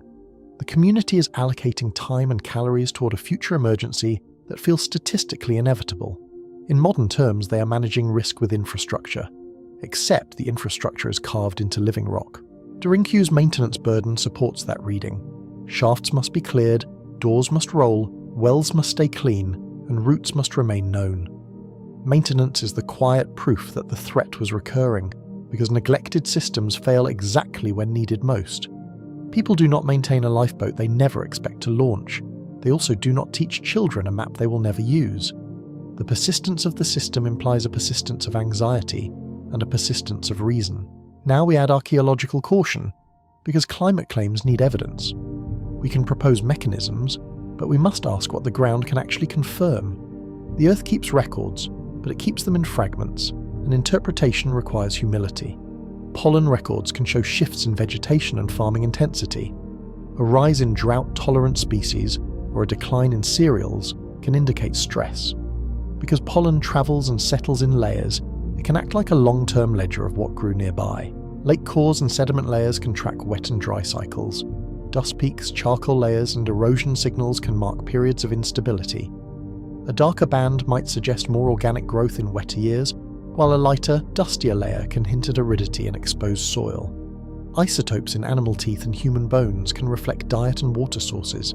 Shifts towards stress foods or different water signatures can imply hardship. In plain terms, chemistry can reveal what people ate and drank when written records stay silent. Settlement surveys can show movement patterns. If surface villages contract while refuge sites expand, that correlation strengthens the climate pressure argument. Even changes in pottery distribution and repair patterns can hint at disruption, because trade and routine break down under repeated shocks. Even tool marks and construction phases can help indirectly. If expansion clusters around known regional drought intervals, the timing becomes suggestive. The wall faces, the chisel scars, and the sequence of widened corridors can read like a timeline, if the dating holds. But uncertainty remains, and we should name it. Occupancy underground rarely leaves clear annual layers, and later reuse can blur earlier signals. A chamber can be cleaned, replastered, or repurposed, erasing the everyday debris that archaeologists rely on. Pollen and isotope records can indicate stress without proving refuge use. A drought can exist without driving people underground, and correlation is not causation. The temptation is to connect every dry interval to every carved room, but science demands restraint. Written records, when they exist, often describe famine in broad strokes. They rarely describe the practical choice to disappear into engineered depth. Chroniclers tend to record rulers and battles, not the quiet logistics of survival, who sealed which door and when, so our claim stays bounded. Climate stress is a plausible amplifier, not a single cause explanation. Yet amplification is exactly what the architecture implies, because Derinkuyu looks like a response to a world where bad years and bad actors overlap.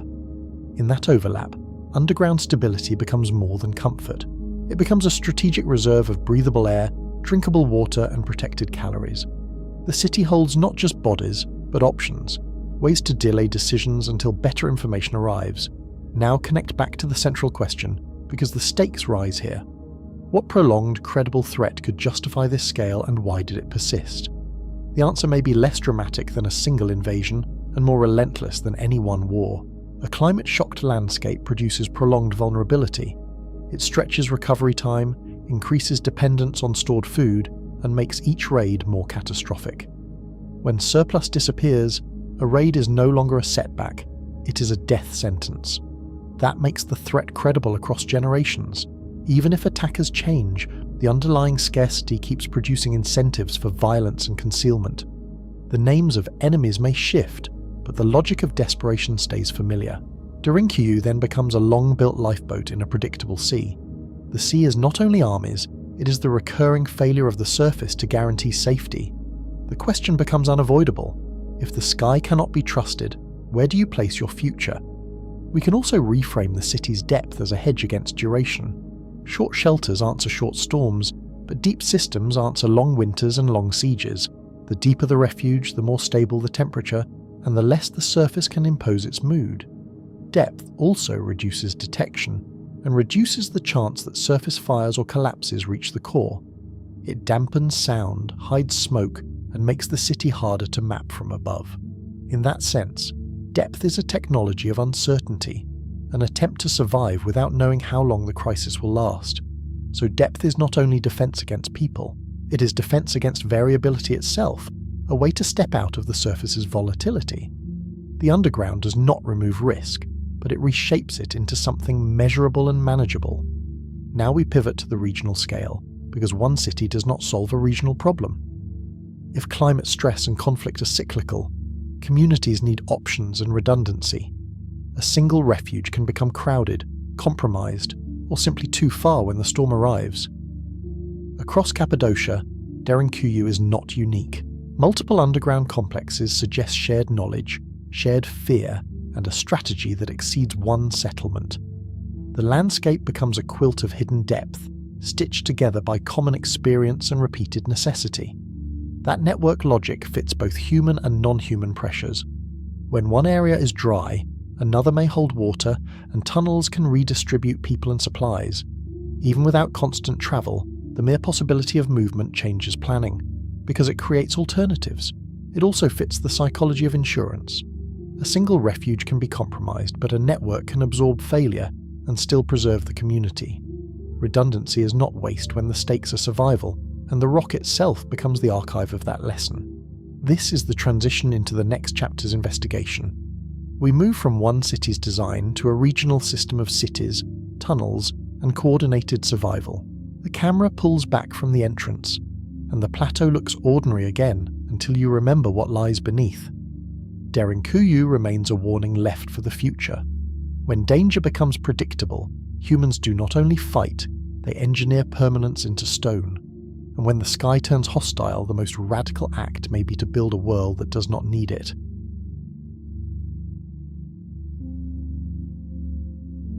Derinkuyu feels singular until the map widens and the ground keeps answering back. Across Cappadocia, dozens of underground cities are documented, and countless smaller refuges sit beneath ordinary homes. Some are deep, multi-level complexes with stables, chapels, and storage. Others are short-term hideouts, carved fast and used hard, then expanded later. When you look from above, the plateau stops being empty terrain and starts reading like a coded surface, each village a possible marker. This regional spread changes the central question's scale, because the engineering is no longer an exception. A threat that builds one refuge can be local, accidental, and brief.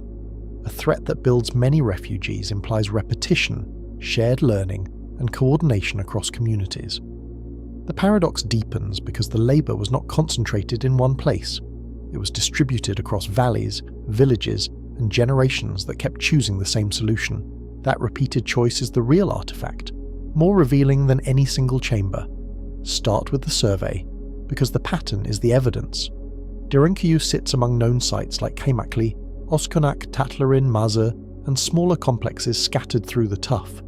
Each site has its own layout, depth, and capacity, yet the same basic logic repeats. People carved downward where the rock allowed it, and they kept entrances close to life above. In aerial light, you can imagine how subtle these openings are. Courtyard corners, barn floors, a shadowed slope break that looks like nothing. Cappadocia's geology makes this possible, and it also sets strict rules. The region's soft volcanic tuff was laid down by ancient eruptions, then compressed into a workable stone that yields to picks and chisels. Tuff can be carved quickly compared to basalt or granite, yet it can also hold stable rooms when the load is distributed. That balance, soft enough to excavate, strong enough to stand, turns a landscape into a construction material. It also explains why these cities appear here, and not everywhere people feared violence. The word network can mislead if it implies continuous tunnels between every city. A functional network does not require one unbroken corridor running for kilometres. It can be a network of options, spaced close enough for mutual awareness and shared planning. It can be a network of refuges that activate together, even if people move on the surface to reach them. In modern terms, it behaves like distributed infrastructure. Many nodes, multiple pathways, and no single point whose failure ends the system. Distance matters more than direct connection, because time is the currency of survival. If a family can reach a refuge in minutes, the refuge is usable under surprise. If a village can reach a larger complex in an hour, the complex becomes a regional fallback. If multiple refugees exist within a day's walk, the region gains redundancy against discovery, blockade, or collapse. The network is measured less by kilometres underground and more by minutes above ground. How quickly fear can be outrun. Geography explains why this distribution works, and the visuals make it obvious. Cappadocia's plateau is cut by valleys that hide movement and break lines of sight. Ridges and cones interrupt the horizon, and gullies fold the land into corridors of shadow. Villages cluster near fields, springs and routes that make farming possible. The same routes also bring raiders, patrols, and tax collectors, which makes concealment valuable. Underground sites appear where people already lived, not where they wished they lived. Strategic distribution begins at the surface, because underground life still depends on surface resources. Entrances tend to sit near homes, courtyards, barns, and slope breaks that can be disguised. Fields and orchards are often nearby because food is grown above even when it is stored below. Water access shapes placement, because wells and springs determine how long hiding can last. Even the soil matters, loose enough to farm yet stable enough that a hidden shaft does not collapse after rains. Multiple entrances are the first network feature inside each city, and they feel like deliberate humility. They reduce the chance that one discovery ends the refuge. They also allow staged evacuation, where different households enter through different points. If attackers watch one opening, people can still move through another, or delay emergence until the surface changes. In the dark, those alternate routes are not luxuries. They are the difference between a trap and a shelter. Redundancy is the second network feature, and it is the most modern idea in the ancient design. A single refuge can be trapped, smoked, or betrayed. A region with many refuges can absorb loss without losing the population's survival capacity. If one site is compromised, people can shift to another site, or split across several sites, and keep the system intact. The network anticipates failure as normal, an assumption that only makes sense if danger is frequent. This redundancy also solves a capacity problem that Derinkuyu alone cannot. Even if one city can hold thousands, not everyone can reach it in time. Smaller refugees act as first shelters, buying time and reducing crowding. Larger complexes act as hubs, receiving people when the warning window is longer or when danger persists. In practice, that means the region can breathe. Pressure spreads out instead of crushing one doorway. Now connect this to the earlier chapter's siege logic. Doors, choke points, and compartments are valuable only if people can reach them before attackers arrive. A distributed refuge system increases the odds that someone reaches safety quickly. It turns the landscape into layered defense, where the first layer is distance and concealment, not stone. The second layer is architecture, narrow corridors, rolling stones, and controlled air that can be protected. Communication becomes the glue, because a network without alerts is only a collection of caves. Communities needed ways to warn each other without broadcasting to enemies. Lookouts on ridges can spot dust, riders, or smoke long before a village hears them. Signal fires can relay a simple message across valleys if the code is agreed upon. Even a change in routine, bells at the wrong hour, animals moved abruptly, can become a signal when everyone understands the meaning. Runners and riders can carry detailed warnings when time allows, and the detail changes everything. A messenger can confirm who is coming, from which direction, and how many. That information changes decisions about sealing doors, moving animals, and rationing fire. It also changes whether people hide locally or attempt to reach a larger hub. A network is not just places in stone, it is decisions made under uncertainty, repeated until they become procedure. The network implies protocols, not improvisation, because hesitation is lethal in narrow passages. Someone decides what counts as a credible alarm, because false alarms waste stores and erode trust. Someone decides when to move children and elders first, because corridors and stairways bottleneck. Someone decides when to seal, because sealing too early strands people outside. Those decisions are a form of governance, quiet, practical, and shaped by past disasters. Movement under threat is not a mass sprint because panic kills in narrow stone. It is controlled flow, practiced enough to work in darkness. Families would carry specific loads, not everything they owned. The goal is to preserve life and the core stores, not to save every object.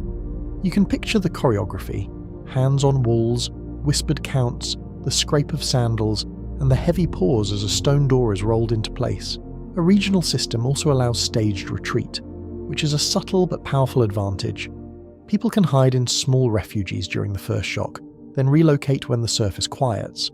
They can move at night using valleys and folds to avoid patrols. They can also split, reducing the risk that one captured group reveals everything. The network behaves like a set of lungs, expanding, contracting, and redistributing life away from pressure. This is where the network idea becomes more than geography. It becomes information security, distributed like the city's air. Not everyone needs to know every entrance, and not every entrance needs to be used every time. Partial knowledge protects the whole system under interrogation or betrayal. Even within one village, families might know their own route and only fragments of others, enough to survive, not enough to expose. Resource staging is the next requirement, because repeated retreats fail without planning. A refuge used once can be stocked in a rush. A refuge used many times needs rotating stores, maintenance schedules, and rules for replacement. Grain, legumes, dried fruit, and preserved dairy can be staged in sealed rooms that stay cool and stable. In the steady underground temperature, fats go rancid more slowly, and pests can be controlled if openings are minimized. Rotation prevents the hidden city from becoming a museum of spoiled food. Stores are consumed and replaced during normal years, so the reserve stays fresh. That cycle also normalizes the refuge as part of life, not as a taboo. The community learns to treat underground storage as routine infrastructure. In a sense, the network is also an economic system, one that smooths risk across seasons and across years. Shared wells anchor the system, because water sets the hardest limit. Some complexes have internal wells protected behind defensive doors, others rely on shafts that can be sealed or disguised at the surface. A regional network reduces dependence on one water source, which matters during drought cycles and sieges. Water is also a vulnerability. Anyone who controls a well controls time, and time is what hiding consumes. Ventilation ties directly into that limit, because air is the second clock. Vent shafts can act like chimneys, drawing fresh air through pressure differences between openings at different heights. In plain terms, warm air rises and pulls cooler air behind it, and careful design can keep rooms breathable. But vents can also betray you. Smoke, heat, and sound can travel upward. That is why shafts are often narrow, indirect, and protected by doors that can isolate sections. Livestock management is the most difficult staging problem, and the architecture admits it. Animals are wealth, traction, and future breeding stock, yet they consume air and produce waste. Stables near entrances reduce the distance animals must travel underground. They also allow triage, where only the most valuable animals are brought deep. The smell, the noise, and the heat of bodies would have been immediate, proof that survival underground was never comfortable, only possible. A distributed network makes that triage easier, because choices can be spread across sites. Small refuges can shelter a few animals quickly, while larger hubs shelter more when time allows. If one site becomes overcrowded, animals can be split across sites, reducing disease and air load. Redundancy again becomes survival, not convenience. It also reduces the temptation to open sealed doors too soon, which is how hidden places get discovered. Sanitation and waste rules must scale with repeated use, or the system collapses from within. Waste areas must be separated from wells and living rooms. Ventilation must be protected from blockage and misuse. A network of refugees spreads the burden, reducing the chance that one site becomes uninhabitable after a long stay. Even small design choices, drainage grooves, sloped floors, isolated pits, become life-saving when hundreds of people share tight air. Now, return to cultural continuity, because engineering alone cannot preserve secrecy. Entrances must remain known across generations, even when no one uses them for years. That knowledge cannot live only in one person's memory. It must be embedded in tradition, reinforced by repetition, and protected by social rules. The network survives not because stone is durable, but because memory is maintained, quietly, stubbornly, and on purpose. Songs, stories, and rituals can carry practical instructions without sounding like instructions. A child can learn which door is never opened, and which shaft must stay clear before they understand why. A family can learn the order of movement and the rule of silence as part of identity. Culture becomes the operating manual that survives when leadership changes. It also makes the underground feel less alien, turning fear into a practiced response rather than a paralyzing shock. Rules also enforce secrecy under stress. Do not speak of entrances to outsiders, even in friendship. Do not guide strangers into corridors, even for payment. Do not light fires in sealed zones, even when cold bites. These are not moral rules in the abstract. They are survival rules tested by consequences. The network's longevity suggests those consequences were remembered. enough times to become unquestioned. A network increases the importance of trust, because one betrayal can end multiple sites. Communities would develop ways to limit who knows what. They would assign roles, with some people trained as guides and others kept ignorant. Compartmentalized knowledge mirrors compartmentalized architecture, and both are designed for resilience. It raises an unsettling question. How many times did secrecy fail before the rules became strict enough to hold? Engineering variation across sites is the next clue, because repetition and difference both matter. Many complexes share motifs that look like a shared design vocabulary. Ventilation shafts appear again and again, sometimes doubling as wells. Rolling stone doors appear in multiple locations, sized to corridors and stored inside niches. Their circular shape is not decorative. It concentrates weight and allows a few people to move a barrier that would crush them if it fell. Communal rooms and chapels appear in several cities, suggesting that refuge included social life and worship. Storage rooms cluster in cooler, deeper zones, where temperature stability protects calories. Stables appear near upper levels, where air is easier and movement is faster. These repeating patterns suggest convergent solutions to the same constraints, even when builders differ. The underground is not random carving. It is applied physics, shaped by human need. Differences matter because they hint at phases, local needs, and changing threats. Some sites have wider passages, implying different traffic patterns or later modifications. Some have more elaborate religious spaces, implying longer stays or stronger communal institutions. Some have more aggressive choke points, implying a sharper expectation of forced entry. When you walk these corridors in your mind, you can feel the logic shift. Here, a place built to wait. There, a place built to vanish. Tool marks and finishing styles can vary, supporting the idea of multi-century accretion. A rough-cut corridor may connect to a smoother, later chamber. A ventilation shaft may be widened, implying a learned response to smoke or crowding. The network is not one project. It is many projects, revised by experience. That experience is written in stone the way tree rings record drought, layer by layer, decision by decision. This variation also helps solve the spoil problem without requiring one massive dump.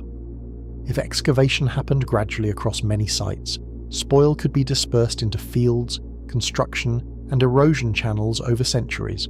The absence of a single spoil mountain becomes less mysterious. The network itself is a clue that labour and debris were distributed. It also implies patience, work done between crises, then accelerated when danger returned. Now tie the network back to the threats discussed earlier, because the system's scale demands motive. Chronic raiding fits a distributed refuge strategy, because raids are fast and search time is limited. Imperial pressure fits, because conscription and punitive expeditions reward concealment and rapid disappearance. Climate shocks fit, because bad years increase violence and make stable storage more valuable. In each case, the underground is not an escape from history, it is a way of enduring it. A network is the rational response to stacked risks. When one valley is targeted, another may be quiet. When one entrance is watched, another remains unknown. When one well runs low, another site may still draw clean water. The system does not prevent danger, it prevents total failure. That distinction is crucial. These cities are not fortresses that promise victory, but lifeboats that promise continuity. This is where suspense rises, because coordination implies planning beyond one town. A regional network suggests shared signals, shared protocols, and shared expectations about when danger returns. It suggests that people did not merely hide. They rehearsed hiding as a collective skill, and they invested in it the way others invest in walls. The ore comes from that discipline, an invisible architecture of cooperation, maintained across time. Yet we must ground the idea, because speculation can outrun the rock. Continuous tunnels between major cities are not required, and often not supported by mapping. The network can be practical without being physically connected end to end. What matters is proximity, redundancy, and shared knowledge, not a single underground highway. The real connection is behavioural, many communities solving the same problem with compatible methods. The most plausible interconnections are local, not continental. Short tunnels can link nearby neighbourhoods, fields, or satellite refuges. Surface movement can bridge the gaps, especially at night or during lulls. In a landscape of folds and tough outcrops, a few kilometres can be hidden travel, not open exposure. The valleys themselves become corridors, darkened by cliffs, softened by distance, and shaped to hide a moving line of people. So the network is best understood as a distributed refuge system, tuned to the plateau's geography. It is a strategy that assumes uncertainty in timing and direction of threat. It is a strategy that preserves options, because options are what fear tries to remove. Derinkuyu becomes a gateway, not because it is the only city, but because it reveals the logic beneath the region. Once you see that logic, every ordinary courtyard feels like a potential door. Now connect this to the series' central question, because the network raises the stakes again. What prolonged, credible threat could make many communities commit to the same hidden architecture? What kind of world teaches the same lesson across valleys, then makes people maintain that lesson for centuries? The answer must explain not only engineering, but persistence. It must also explain why the solution is underground, why concealment, not confrontation, became the default. A network also reframes the meaning of endurance. If people can rotate between sites, they can survive repeated episodes without exhausting one refuge. They can restock, repair, and clean between retreats, keeping the system viable. They can also reduce crowding, which protects air quality and sanitation during long stays. Endurance, here, is not heroic last stands. It is the steady refusal to be erased. This is the transition to the hardest question we have been avoiding. A network implies long-term use, because short-term panic does not build regional redundancy. It implies that people expected to return underground again and again, and that expectation shaped daily life above. Now we ask what that use looked like in real time. Did the underground function like a switch, flipped on in crisis and off in peace, or like a second layer of settlement always ready? Were these cities ever lived in for extended periods, with routine work, schooling, and worship below ground? Or were they primarily intermittent refuges, activated during raids and crises, then abandoned when the surface cleared? The next chapter tests that question against evidence, because awe is not enough without proof. The rock can tell us what it was built to do, but we still have to ask how often it was asked to do it. Derinkuyu still feels like a warning left for the future, but the network makes it feel like policy. When danger becomes predictable, communities do not only build one lifeboat, they build a fleet, spaced across the landscape, ready to launch without notice. The rock holds the plan, and the plan implies a world that kept giving them reasons to use it. And as we move forward, the question sharpens: how long can a hidden world stay hidden before it becomes a way of life?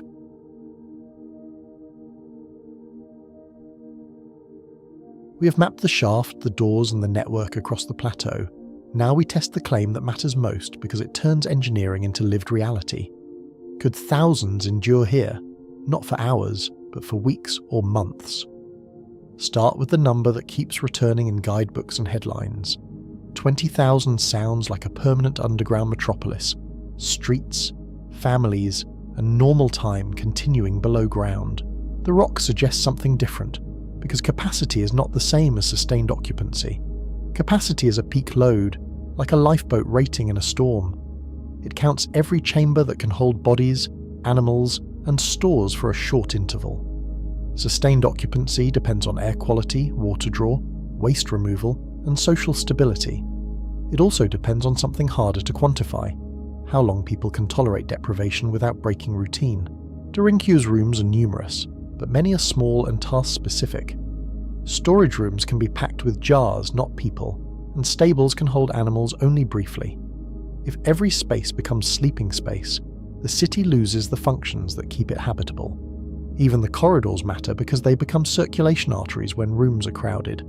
So the first reality check is crowding, measured in simple human geometry. A standing adult needs space to breathe and turn, and a sleeping adult needs space to lie flat. When you compress those needs, you don't just lose comfort, you lose the ability to move supplies, isolate sickness, and maintain order. A refuge can accept a surge, then thin out as danger passes and people rotate upward. The most plausible reading is a layered response, with peak refuge load during the worst moment. After that spike, families redistribute and the city returns to a more sustainable rhythm. That peak could include nearby villages converging at once. It could include families plus a fraction of livestock, plus people who arrive with nothing but breath. It could also include a second wave, when smaller shelters overflow and the network funnels survivors toward deeper hubs. In that moment, the city behaves less like housing and more like a pressure valve, but daily population is a different number, and it is smaller. A few thousand could be managed with strict routines, while 20,000 becomes a constant emergency. The city's compartmentalization reads like a system designed to avoid that constant emergency. Doors, choke points, and segmented levels are not only defensive, they are crowd control tools. Now we move from bodies to light, because light is the first daily tax underground. The surface gives light for free, and the underground charges for every minute. That cost shapes everything, from room usage to morale. It even shapes time itself, because darkness erases the natural cues that tell a body when to rest. Oil lamps are the likely baseline technology, with wicks and animal or plant fats. Each flame consumes oxygen and produces heat, soot, and carbon dioxide. In a sealed habitat, light is never only light, it is air chemistry. A lamp is a tiny combustion engine, and every engine has exhaust.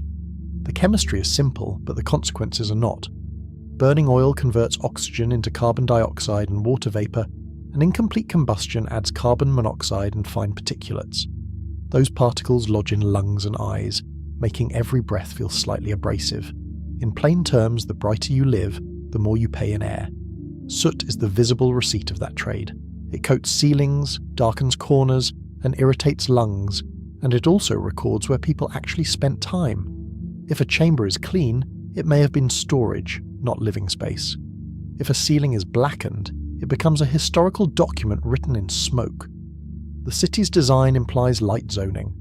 Work that needs detail stays near better airflow, near shafts and near upper levels. Deeper rooms become warehouses and sleeping zones where movement is minimal and lamps are rationed. In practical terms, the city is organised around where air can carry away what fire produces. Fire is also a security problem. A bright flame can betray presence through shafts, and smoke can carry scent and signal.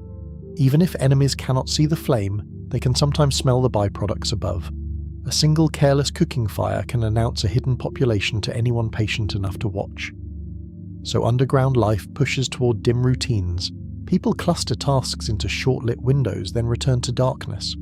Children learn to move by touch, and adults learn that light is a shared resource, not a private comfort.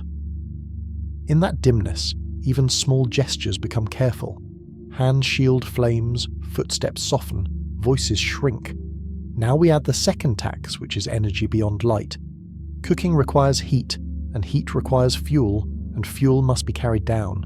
The deeper the city, the more every kilogram becomes a decision. A bundle of wood is not just fuel. It is labour, risk, and time spent exposed at entrances. Kitchens exist, but they cannot operate like surface kitchens. They must be placed where ventilation can carry smoke away without suffocating the city. They also must be governed because one careless fire can poison a level. In a confined system, smoke is not an inconvenience, it is a migrating hazard. That governance is not abstract. It is a schedule, a ration, and a set of rules that people obey even when hungry. The architecture assumes those rules because it gives kitchens defined spaces and limits their spread. You can almost see the logic in the stone. Cook here, not there. Burn little, not much. Fuel scarcity changes diet, and diet changes behaviour. More cold meals mean more chewing, more thirst, and less comfort, especially for children and elders. It also changes the smell profile of the city, because cooking odours can be minimised when cooking is minimised. The refuge becomes quieter in every sense, including the sensory one. Now we confront health, because crowding and smoke turn small problems into cascading failures. In tight quarters, respiratory irritation becomes the baseline condition. Dust from tuff, soot from lamps, and humidity swings all stress lungs. Even without an epidemic, the environment nudges bodies toward fatigue. Chronic smoke exposure inflames airways and lowers resistance to infection. It also makes sleep shallow, which weakens judgment and increases conflict. In a refuge, illness is not only personal, it is a threat to the group. A cough is never just a cough when silence is part of survival. Contagious disease is the next constraint, and it scales fast. Close quarters increase transmission through coughs, shared surfaces, and shared air. Children and elders become the vulnerable edge that forces hard choices. If one family falls ill, the city must decide whether compassion outweighs containment. The underground also changes how pathogens move. Stagnant pockets of air can trap aerosols, while busy corridors act like conveyor belts for breath. Even simple acts, sharing a cup, passing bread, become routes for microbes. The city's very connectivity, which makes it useful, also makes it biologically efficient. Waterborne risk is just as dangerous because it can disable many people at once. If waste contaminates water, diarrhea dehydrates quickly, and dehydration sets the clock. A protected well only matters if it stays protected. In a crisis, the fastest way to lose control is to lose clean water. Derinkuyu's design shows awareness of these risks. Wells are placed behind defensive envelopes, reducing surface tampering and runoff contamination. Drainage and separation of functions reduce the chance that waste meets drinking water. The layout suggests an understanding that the city's lifeline must be insulated from panic and sabotage. Sanitation is still the hardest daily problem. Waste must be stored, isolated, and managed without constant removal to the surface. Latrine zones must be downwind in airflow terms, and they must be kept away from food stores. The unpleasant truth is that a refuge fails first through biology, not through stone. That implies designated pits, sealed containers, and strict rules about where people go. It also implies labour roles that are socially difficult, because someone must handle what everyone produces. In a crisis, dignity becomes a negotiated resource. The community's survival depends on tasks that no one wants. Animals intensify every health constraint at once. They add heat, noise, waste, parasites, and oxygen demand. Stables near upper levels make sense because moving animals deep is slow and dangerous. A frightened animal in a narrow corridor is not just a nuisance, it is a blockage. So the likely model is selective livestock sheltering. Protect breeding pairs, traction animals, and a fraction of the herd, then accept losses above. The architecture supports triage, not total preservation. It is a strategy of continuity, not a fantasy of saving everything. Now we turn to the mind, because darkness is not neutral. Humans can adapt to low light, but prolonged darkness changes mood, time perception, and fear response. Confinement turns minor irritations into existential arguments. When the sun disappears, the mind starts inventing threats to fill the gap. Noise becomes a constant pressure. Footsteps echo, voices travel, and animals add unpredictable sound. Sleep is interrupted by movement in corridors, and interrupted sleep amplifies anxiety and aggression. Even the drip of water can become a metronome of tension. Fear also changes the social atmosphere. People are not only hiding from enemies, they are waiting for the next mistake. A dropped jar, a crying child, or a shouted argument can feel like a death sentence. The city forces everyone to live inside the consequences of everyone else. This is where social order becomes life support. The city's defences only work if people move in controlled flow. Someone decides when to seal, who goes first, and which zones stay lit. In a maze of bottlenecks, order is not virtue, it is oxygen. Leadership cannot be optional in a bottlenecked maze. It can be elders, clergy, household heads, or appointed wardens, but it must be recognised. Without recognised authority, the architecture becomes a trap made of panic. Even a perfect door is useless if the crowd surges at the wrong time. Rules must be simple enough to remember in stress. Silence in certain corridors, no open flames in sealed zones, no wandering into restricted chambers. The city's compartmentalisation suggests that access itself was governed. A closed door is also a boundary between behaviours. Conflict resolution must be built into routine. Disputes over water, space, and food are inevitable, and punishment must be credible. A refuge that cannot enforce rules collapses internally even if enemies never enter. The most dangerous breach may be social, not structural. Shared purpose is the stabilizer that keeps rules from feeling like oppression.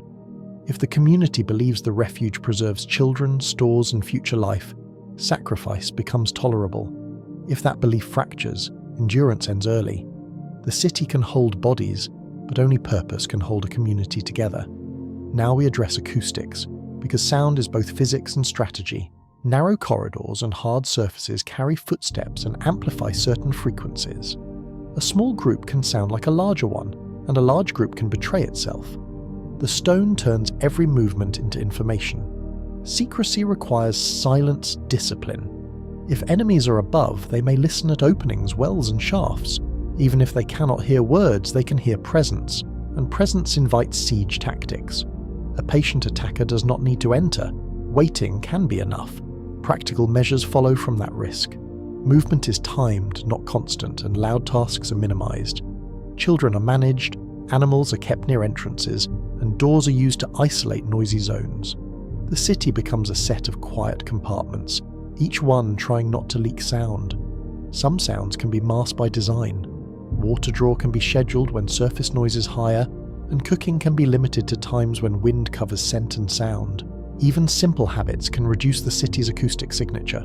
Survival can depend on routines that seem trivial until they are tested, but silence has a psychological cost. Whispering for days turns the refuge into a pressure cooker. The discipline that keeps you hidden also keeps you tense, and tension becomes its own health hazard. When you cannot speak freely, thoughts have nowhere to go. Now we build the time horizon model, because the word months is doing heavy work. Days, weeks, and months are different worlds underground. Each time scale has a different limiting resource. The same city can feel spacious for a night and suffocating by the third week.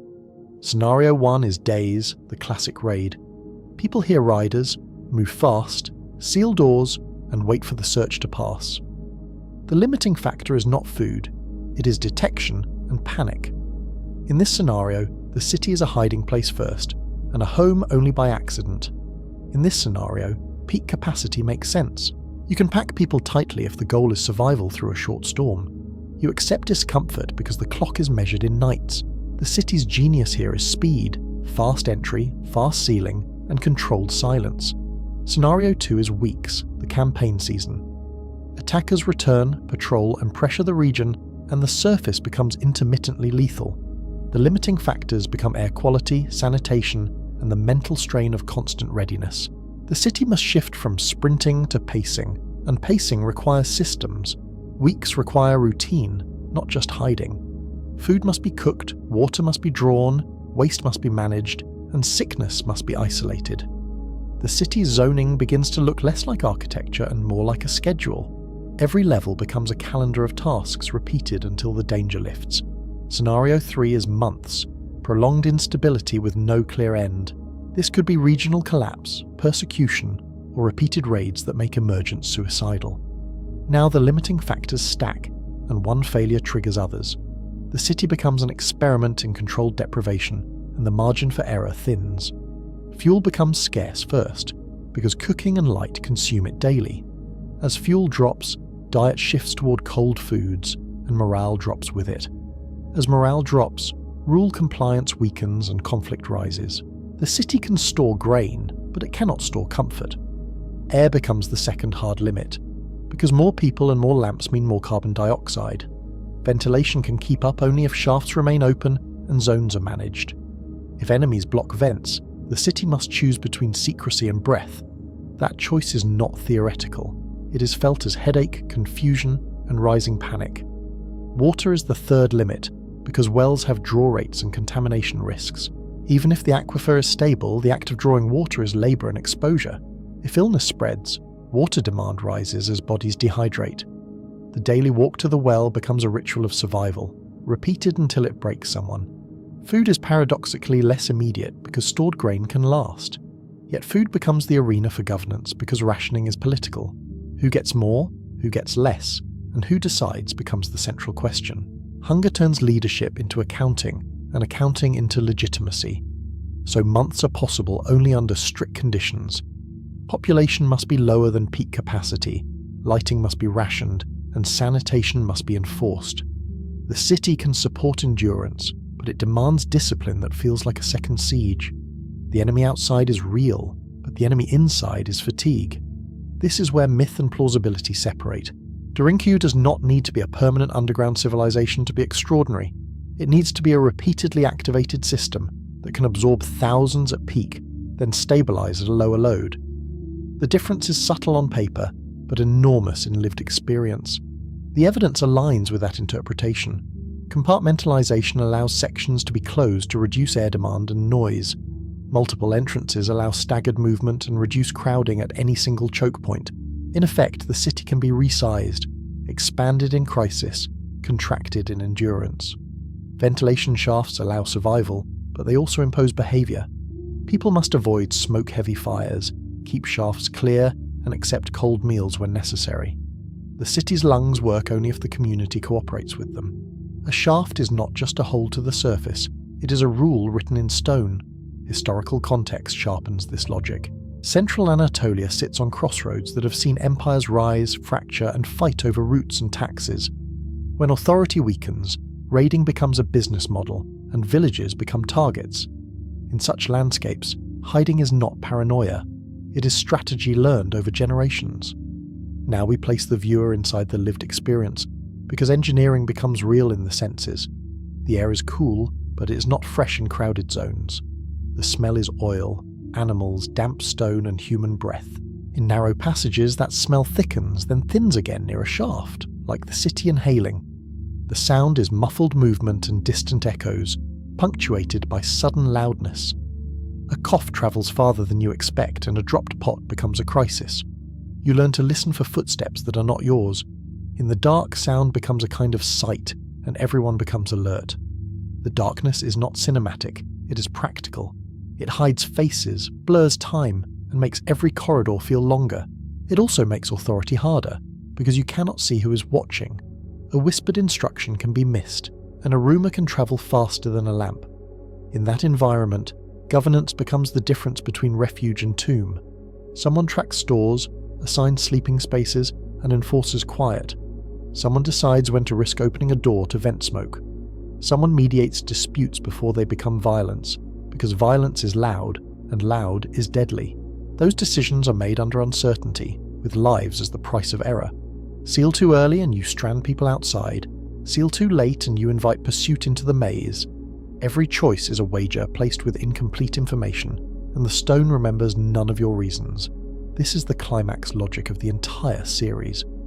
Derinkuyu is not only carved rock, it is a social machine that must run under fear. The city's true technology is collective discipline, maintained across generations. The carving is impressive, but the training is the miracle. So we return to the central question with sharper edges. What prolonged, credible threat makes communities accept this cost repeatedly? What kind of terror makes darkness, smoke, and silence feel safer than daylight? And what does it do to a culture when survival depends on rehearsing disappearance? If the threat is only a single raid, the suffering is excessive. If the threat is chronic, adaptive, and willing to wait, the suffering becomes rational. The city implies an enemy that turns the surface into a trap for long stretches. It also implies that the people below believed patience could beat force. It could be raiders who take people as inventory, making capture worse than death. It could be state violence that punishes whole villages, making disappearance the only defense. It could be stacked crises where drought and conflict overlap, making the surface unreliable for seasons.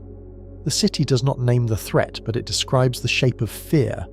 Whatever the mix, the choice to go underground is a repeated vote. It is a community deciding that the world above is temporarily unlivable. It is also a community believing it can outlast that world if it obeys the rules. That belief has to be strong enough to override sunlight, space, and freedom. That belief is the haunting part because it suggests experience. People do not perfect silence discipline on the first attempt. They learn it after someone is found, after someone panics, after someone lights a fire in the wrong room. The city feels like an archive of lessons paid for in consequences. Derinkuyu, then, is not a monument to comfort. It is a monument to endurance under conditions that punish the body and test the mind. It is a lifeboat that works, but only if everyone accepts the same hard bargain. The bargain is simple: obey the system, or the system cannot protect you. We end this chapter at the brink of the final answer. If months underground were possible but brutal, the motive must be more brutal still. In the last chapter, we identify the most credible threats that fit the city's design and the region's history. The hammer strike that opened a wall revealed a hidden staircase. Chapter by chapter, that staircase has become a question about what humans will build when fear becomes predictable. Now we ask the final version of that question, because the dark only makes sense if the surface was worse.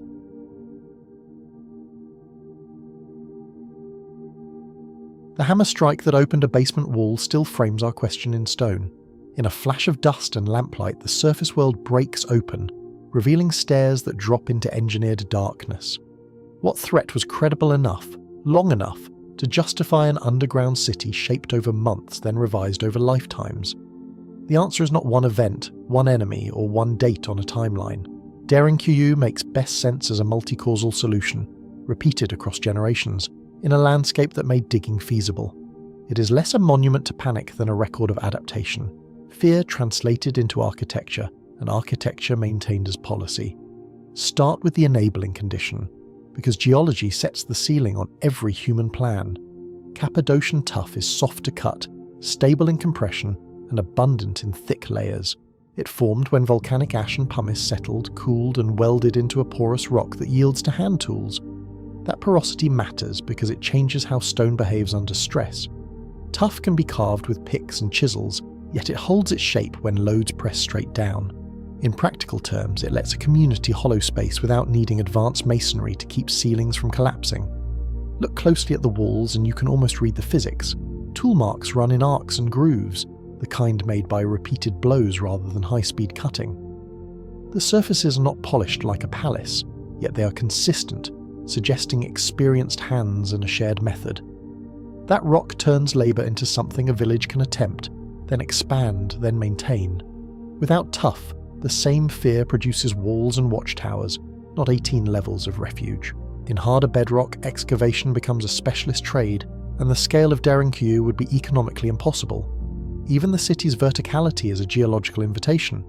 Thick tuff layers allow rooms to be stacked, while leaving pillars and ribs of rock to carry weight. The builders did not defeat geology, they negotiated with it, carving where the stone allowed, reinforcing where it demanded restraint. Now add the forcing condition, because architecture confesses what it expects. The narrow corridors, choke points, and rolling stone doors are optimized against people, not weather. These are not wide ceremonial halls, but controlled passages where a few defenders can block many intruders. The stone doors are especially revealing when you see them in profile. They are circular slabs, heavy as millstones, designed to roll into place from the side. A small opening in the centre functions like a speaking port or a spear port, an interface between hidden residents and the unknown outside. Those defences assume an attacker who searches, pressures, and returns. They also assume the defenders must delay, confuse, and seal zones without losing the whole city. The layout is not simply downward, it is segmented so that each level can become its own last stand. Notice how the corridors tighten and turn. A straight line invites speed, but a bend forces caution, and caution buys time. In a dim passage, with uneven footing and limited air, even a confident intruder becomes slower, breathing louder, listening harder, doubting every shadow. Life support systems reveal the second confession, which is time. Ventilation shafts, protected wells, and compartmentalization only pay off if stays are long enough to justify engineering. These are investments in endurance, not improvisations for a single night. Ventilation is not merely a hole to the surface. A deep shaft can create a pressure gradient, encouraging airflow as warm air rises and cooler air sinks. In plain terms, the city can breathe, slowly, passively, and without a fire or a fan to keep it alive. Protected wells deepen the logic. Water is the first resource an attacker tries to poison or control, because thirst collapses resistance faster than hunger. A well that can be accessed from inside while remaining hidden or defended from outside turns a siege into a waiting game. A short raid needs hiding places, not redundant airflow, water security, and disciplined zoning. Derinkuyu reads like a sealed habitat designed for repeated lockdowns, not a single night underground. The presence of storage rooms implies planning for calories, not just concealment. Compartmentalization is the quiet genius that ties everything together. Doors, narrowings, and branching routes allow sections to be isolated like ship bulkheads. If smoke enters one corridor, or if intruders breach one level, the rest can be sealed, sacrificing space to preserve life. The network across Cappadocia is the third confession, because scale implies strategy. Dozens of complexes mean shared learning, shared protocols, and a regional expectation of recurring danger. A single underground refuge could be a local curiosity, but a distributed pattern is a cultural response. From above, the plateau looks calm, almost empty, and that calm is deceptive. Soft valleys and ridges funnel movement, and movement draws power: armies, tax collectors, merchants, and opportunists. In such terrain, the safest place may not be behind a wall, but beneath a threshold. So what danger fits all three confessions at once, without inventing new physics or missing civilizations? The most plausible driver is chronic human instability, amplified by environmental stress, sustained by geography. Derinkuyu is a solution to a world where the surface is intermittently governable. Central Anatolia sits on routes that move armies, taxes, and raiders through the same valleys. When authority weakens, predation becomes profitable, and villages become inventory. In eras of shifting borders and contested rule, the line between soldier and bandit can blur quickly. Raids explain speed and concealment, because attackers want captives and portable wealth. A population that can vanish denies profit, and denial is often the only defense available. If the raiders cannot find people, they cannot convert violence into reward. Warfare explains longer pressure because campaigns return with seasons and logistics. A city that can seal, ration, and wait turns time into a weapon against an enemy's patience. Even a powerful force hesitates when the cost of searching outweighs the value of what might be hidden. Persecution explains secrecy and compartmentalized knowledge because the threat can be legal as well as violent. If identity itself becomes a target, hiding becomes a community policy. In that context, discretion is not paranoia. It is survival, practiced until it feels like tradition. The city's internal organization hints at routines that must have been rehearsed. Who goes first? Who carries the water skins? Who checks the doors? Who counts the lamps? In an emergency, confusion kills, so competence becomes a kind of civic virtue, quiet, learned, and enforced. Now bring climate back in, not as a single catastrophe, but as a multiplier. Drought, harsh winters, and crop failure tighten margins, and tight margins turn neighbours into rivals. Climate does not need to destroy a society to destabilise it. It only needs to reduce the buffer. Agriculture in semi-arid Anatolia depends on timing and storage. A dry year shrinks harvests, and a cold snap can kill animals that represent a family's savings. When surplus disappears, the temptation to take from others grows, especially when central protection falters. Scarcity increases raids, raids erase surplus, and erased surplus makes the next shock deadlier. Derinkuyu fits this ratchet model because it is built to be used again. The city is not a reaction to one bad season, but to the memory of many. This is where the paradox resolves into a pattern rather than a mystery.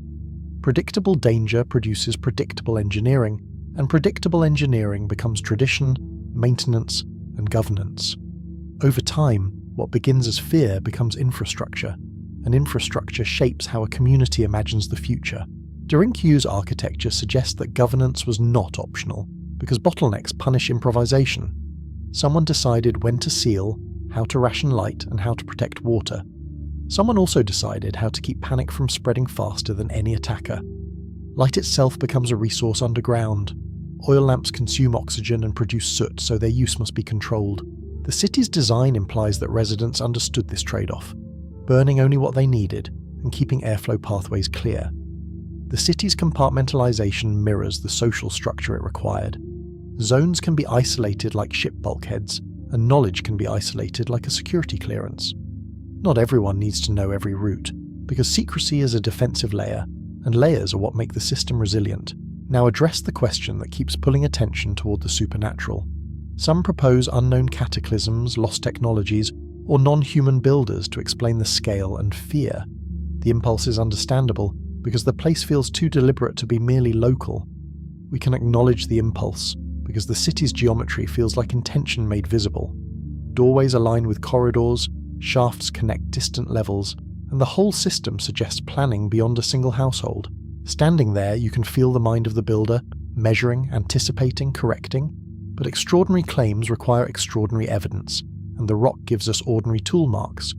The engineering is impressive, yet it is legible. Stone cut by hand, surfaces reworked, edges repaired. The city's logic is human scale, even when the volume is not. Validation would require datable traces of a global event, unusual materials, or consistent anomalies across multiple sites. We would expect widespread burn layers, strange residues, or abrupt abandonment synchronized across the region. What we have instead is phased excavation, repairs, and practical design.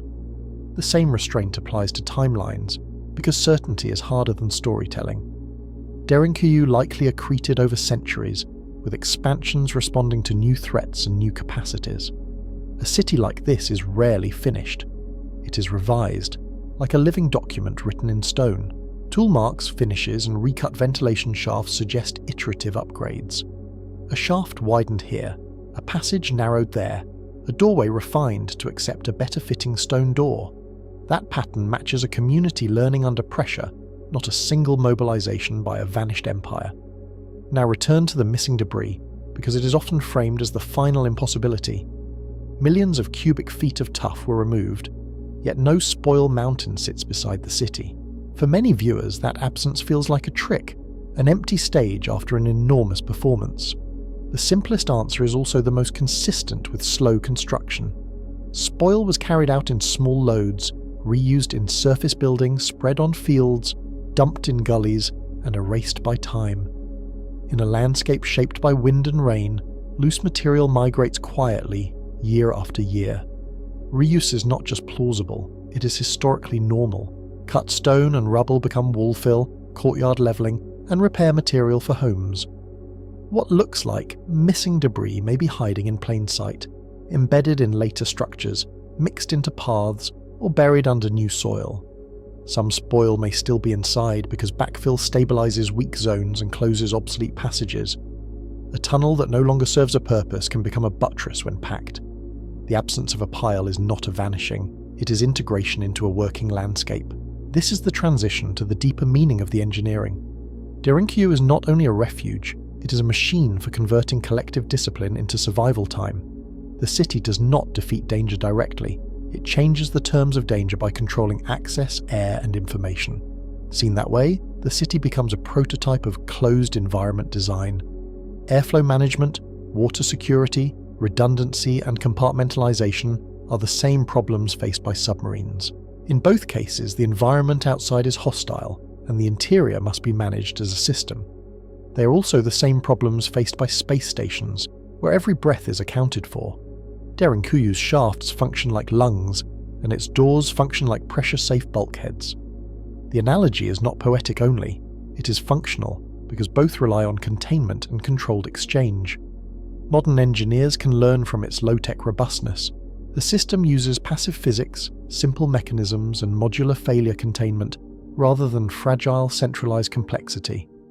When one corridor fails, the city does not fail, because the design anticipates partial loss. They can also learn from its human factors, because the hardest constraint is behavior.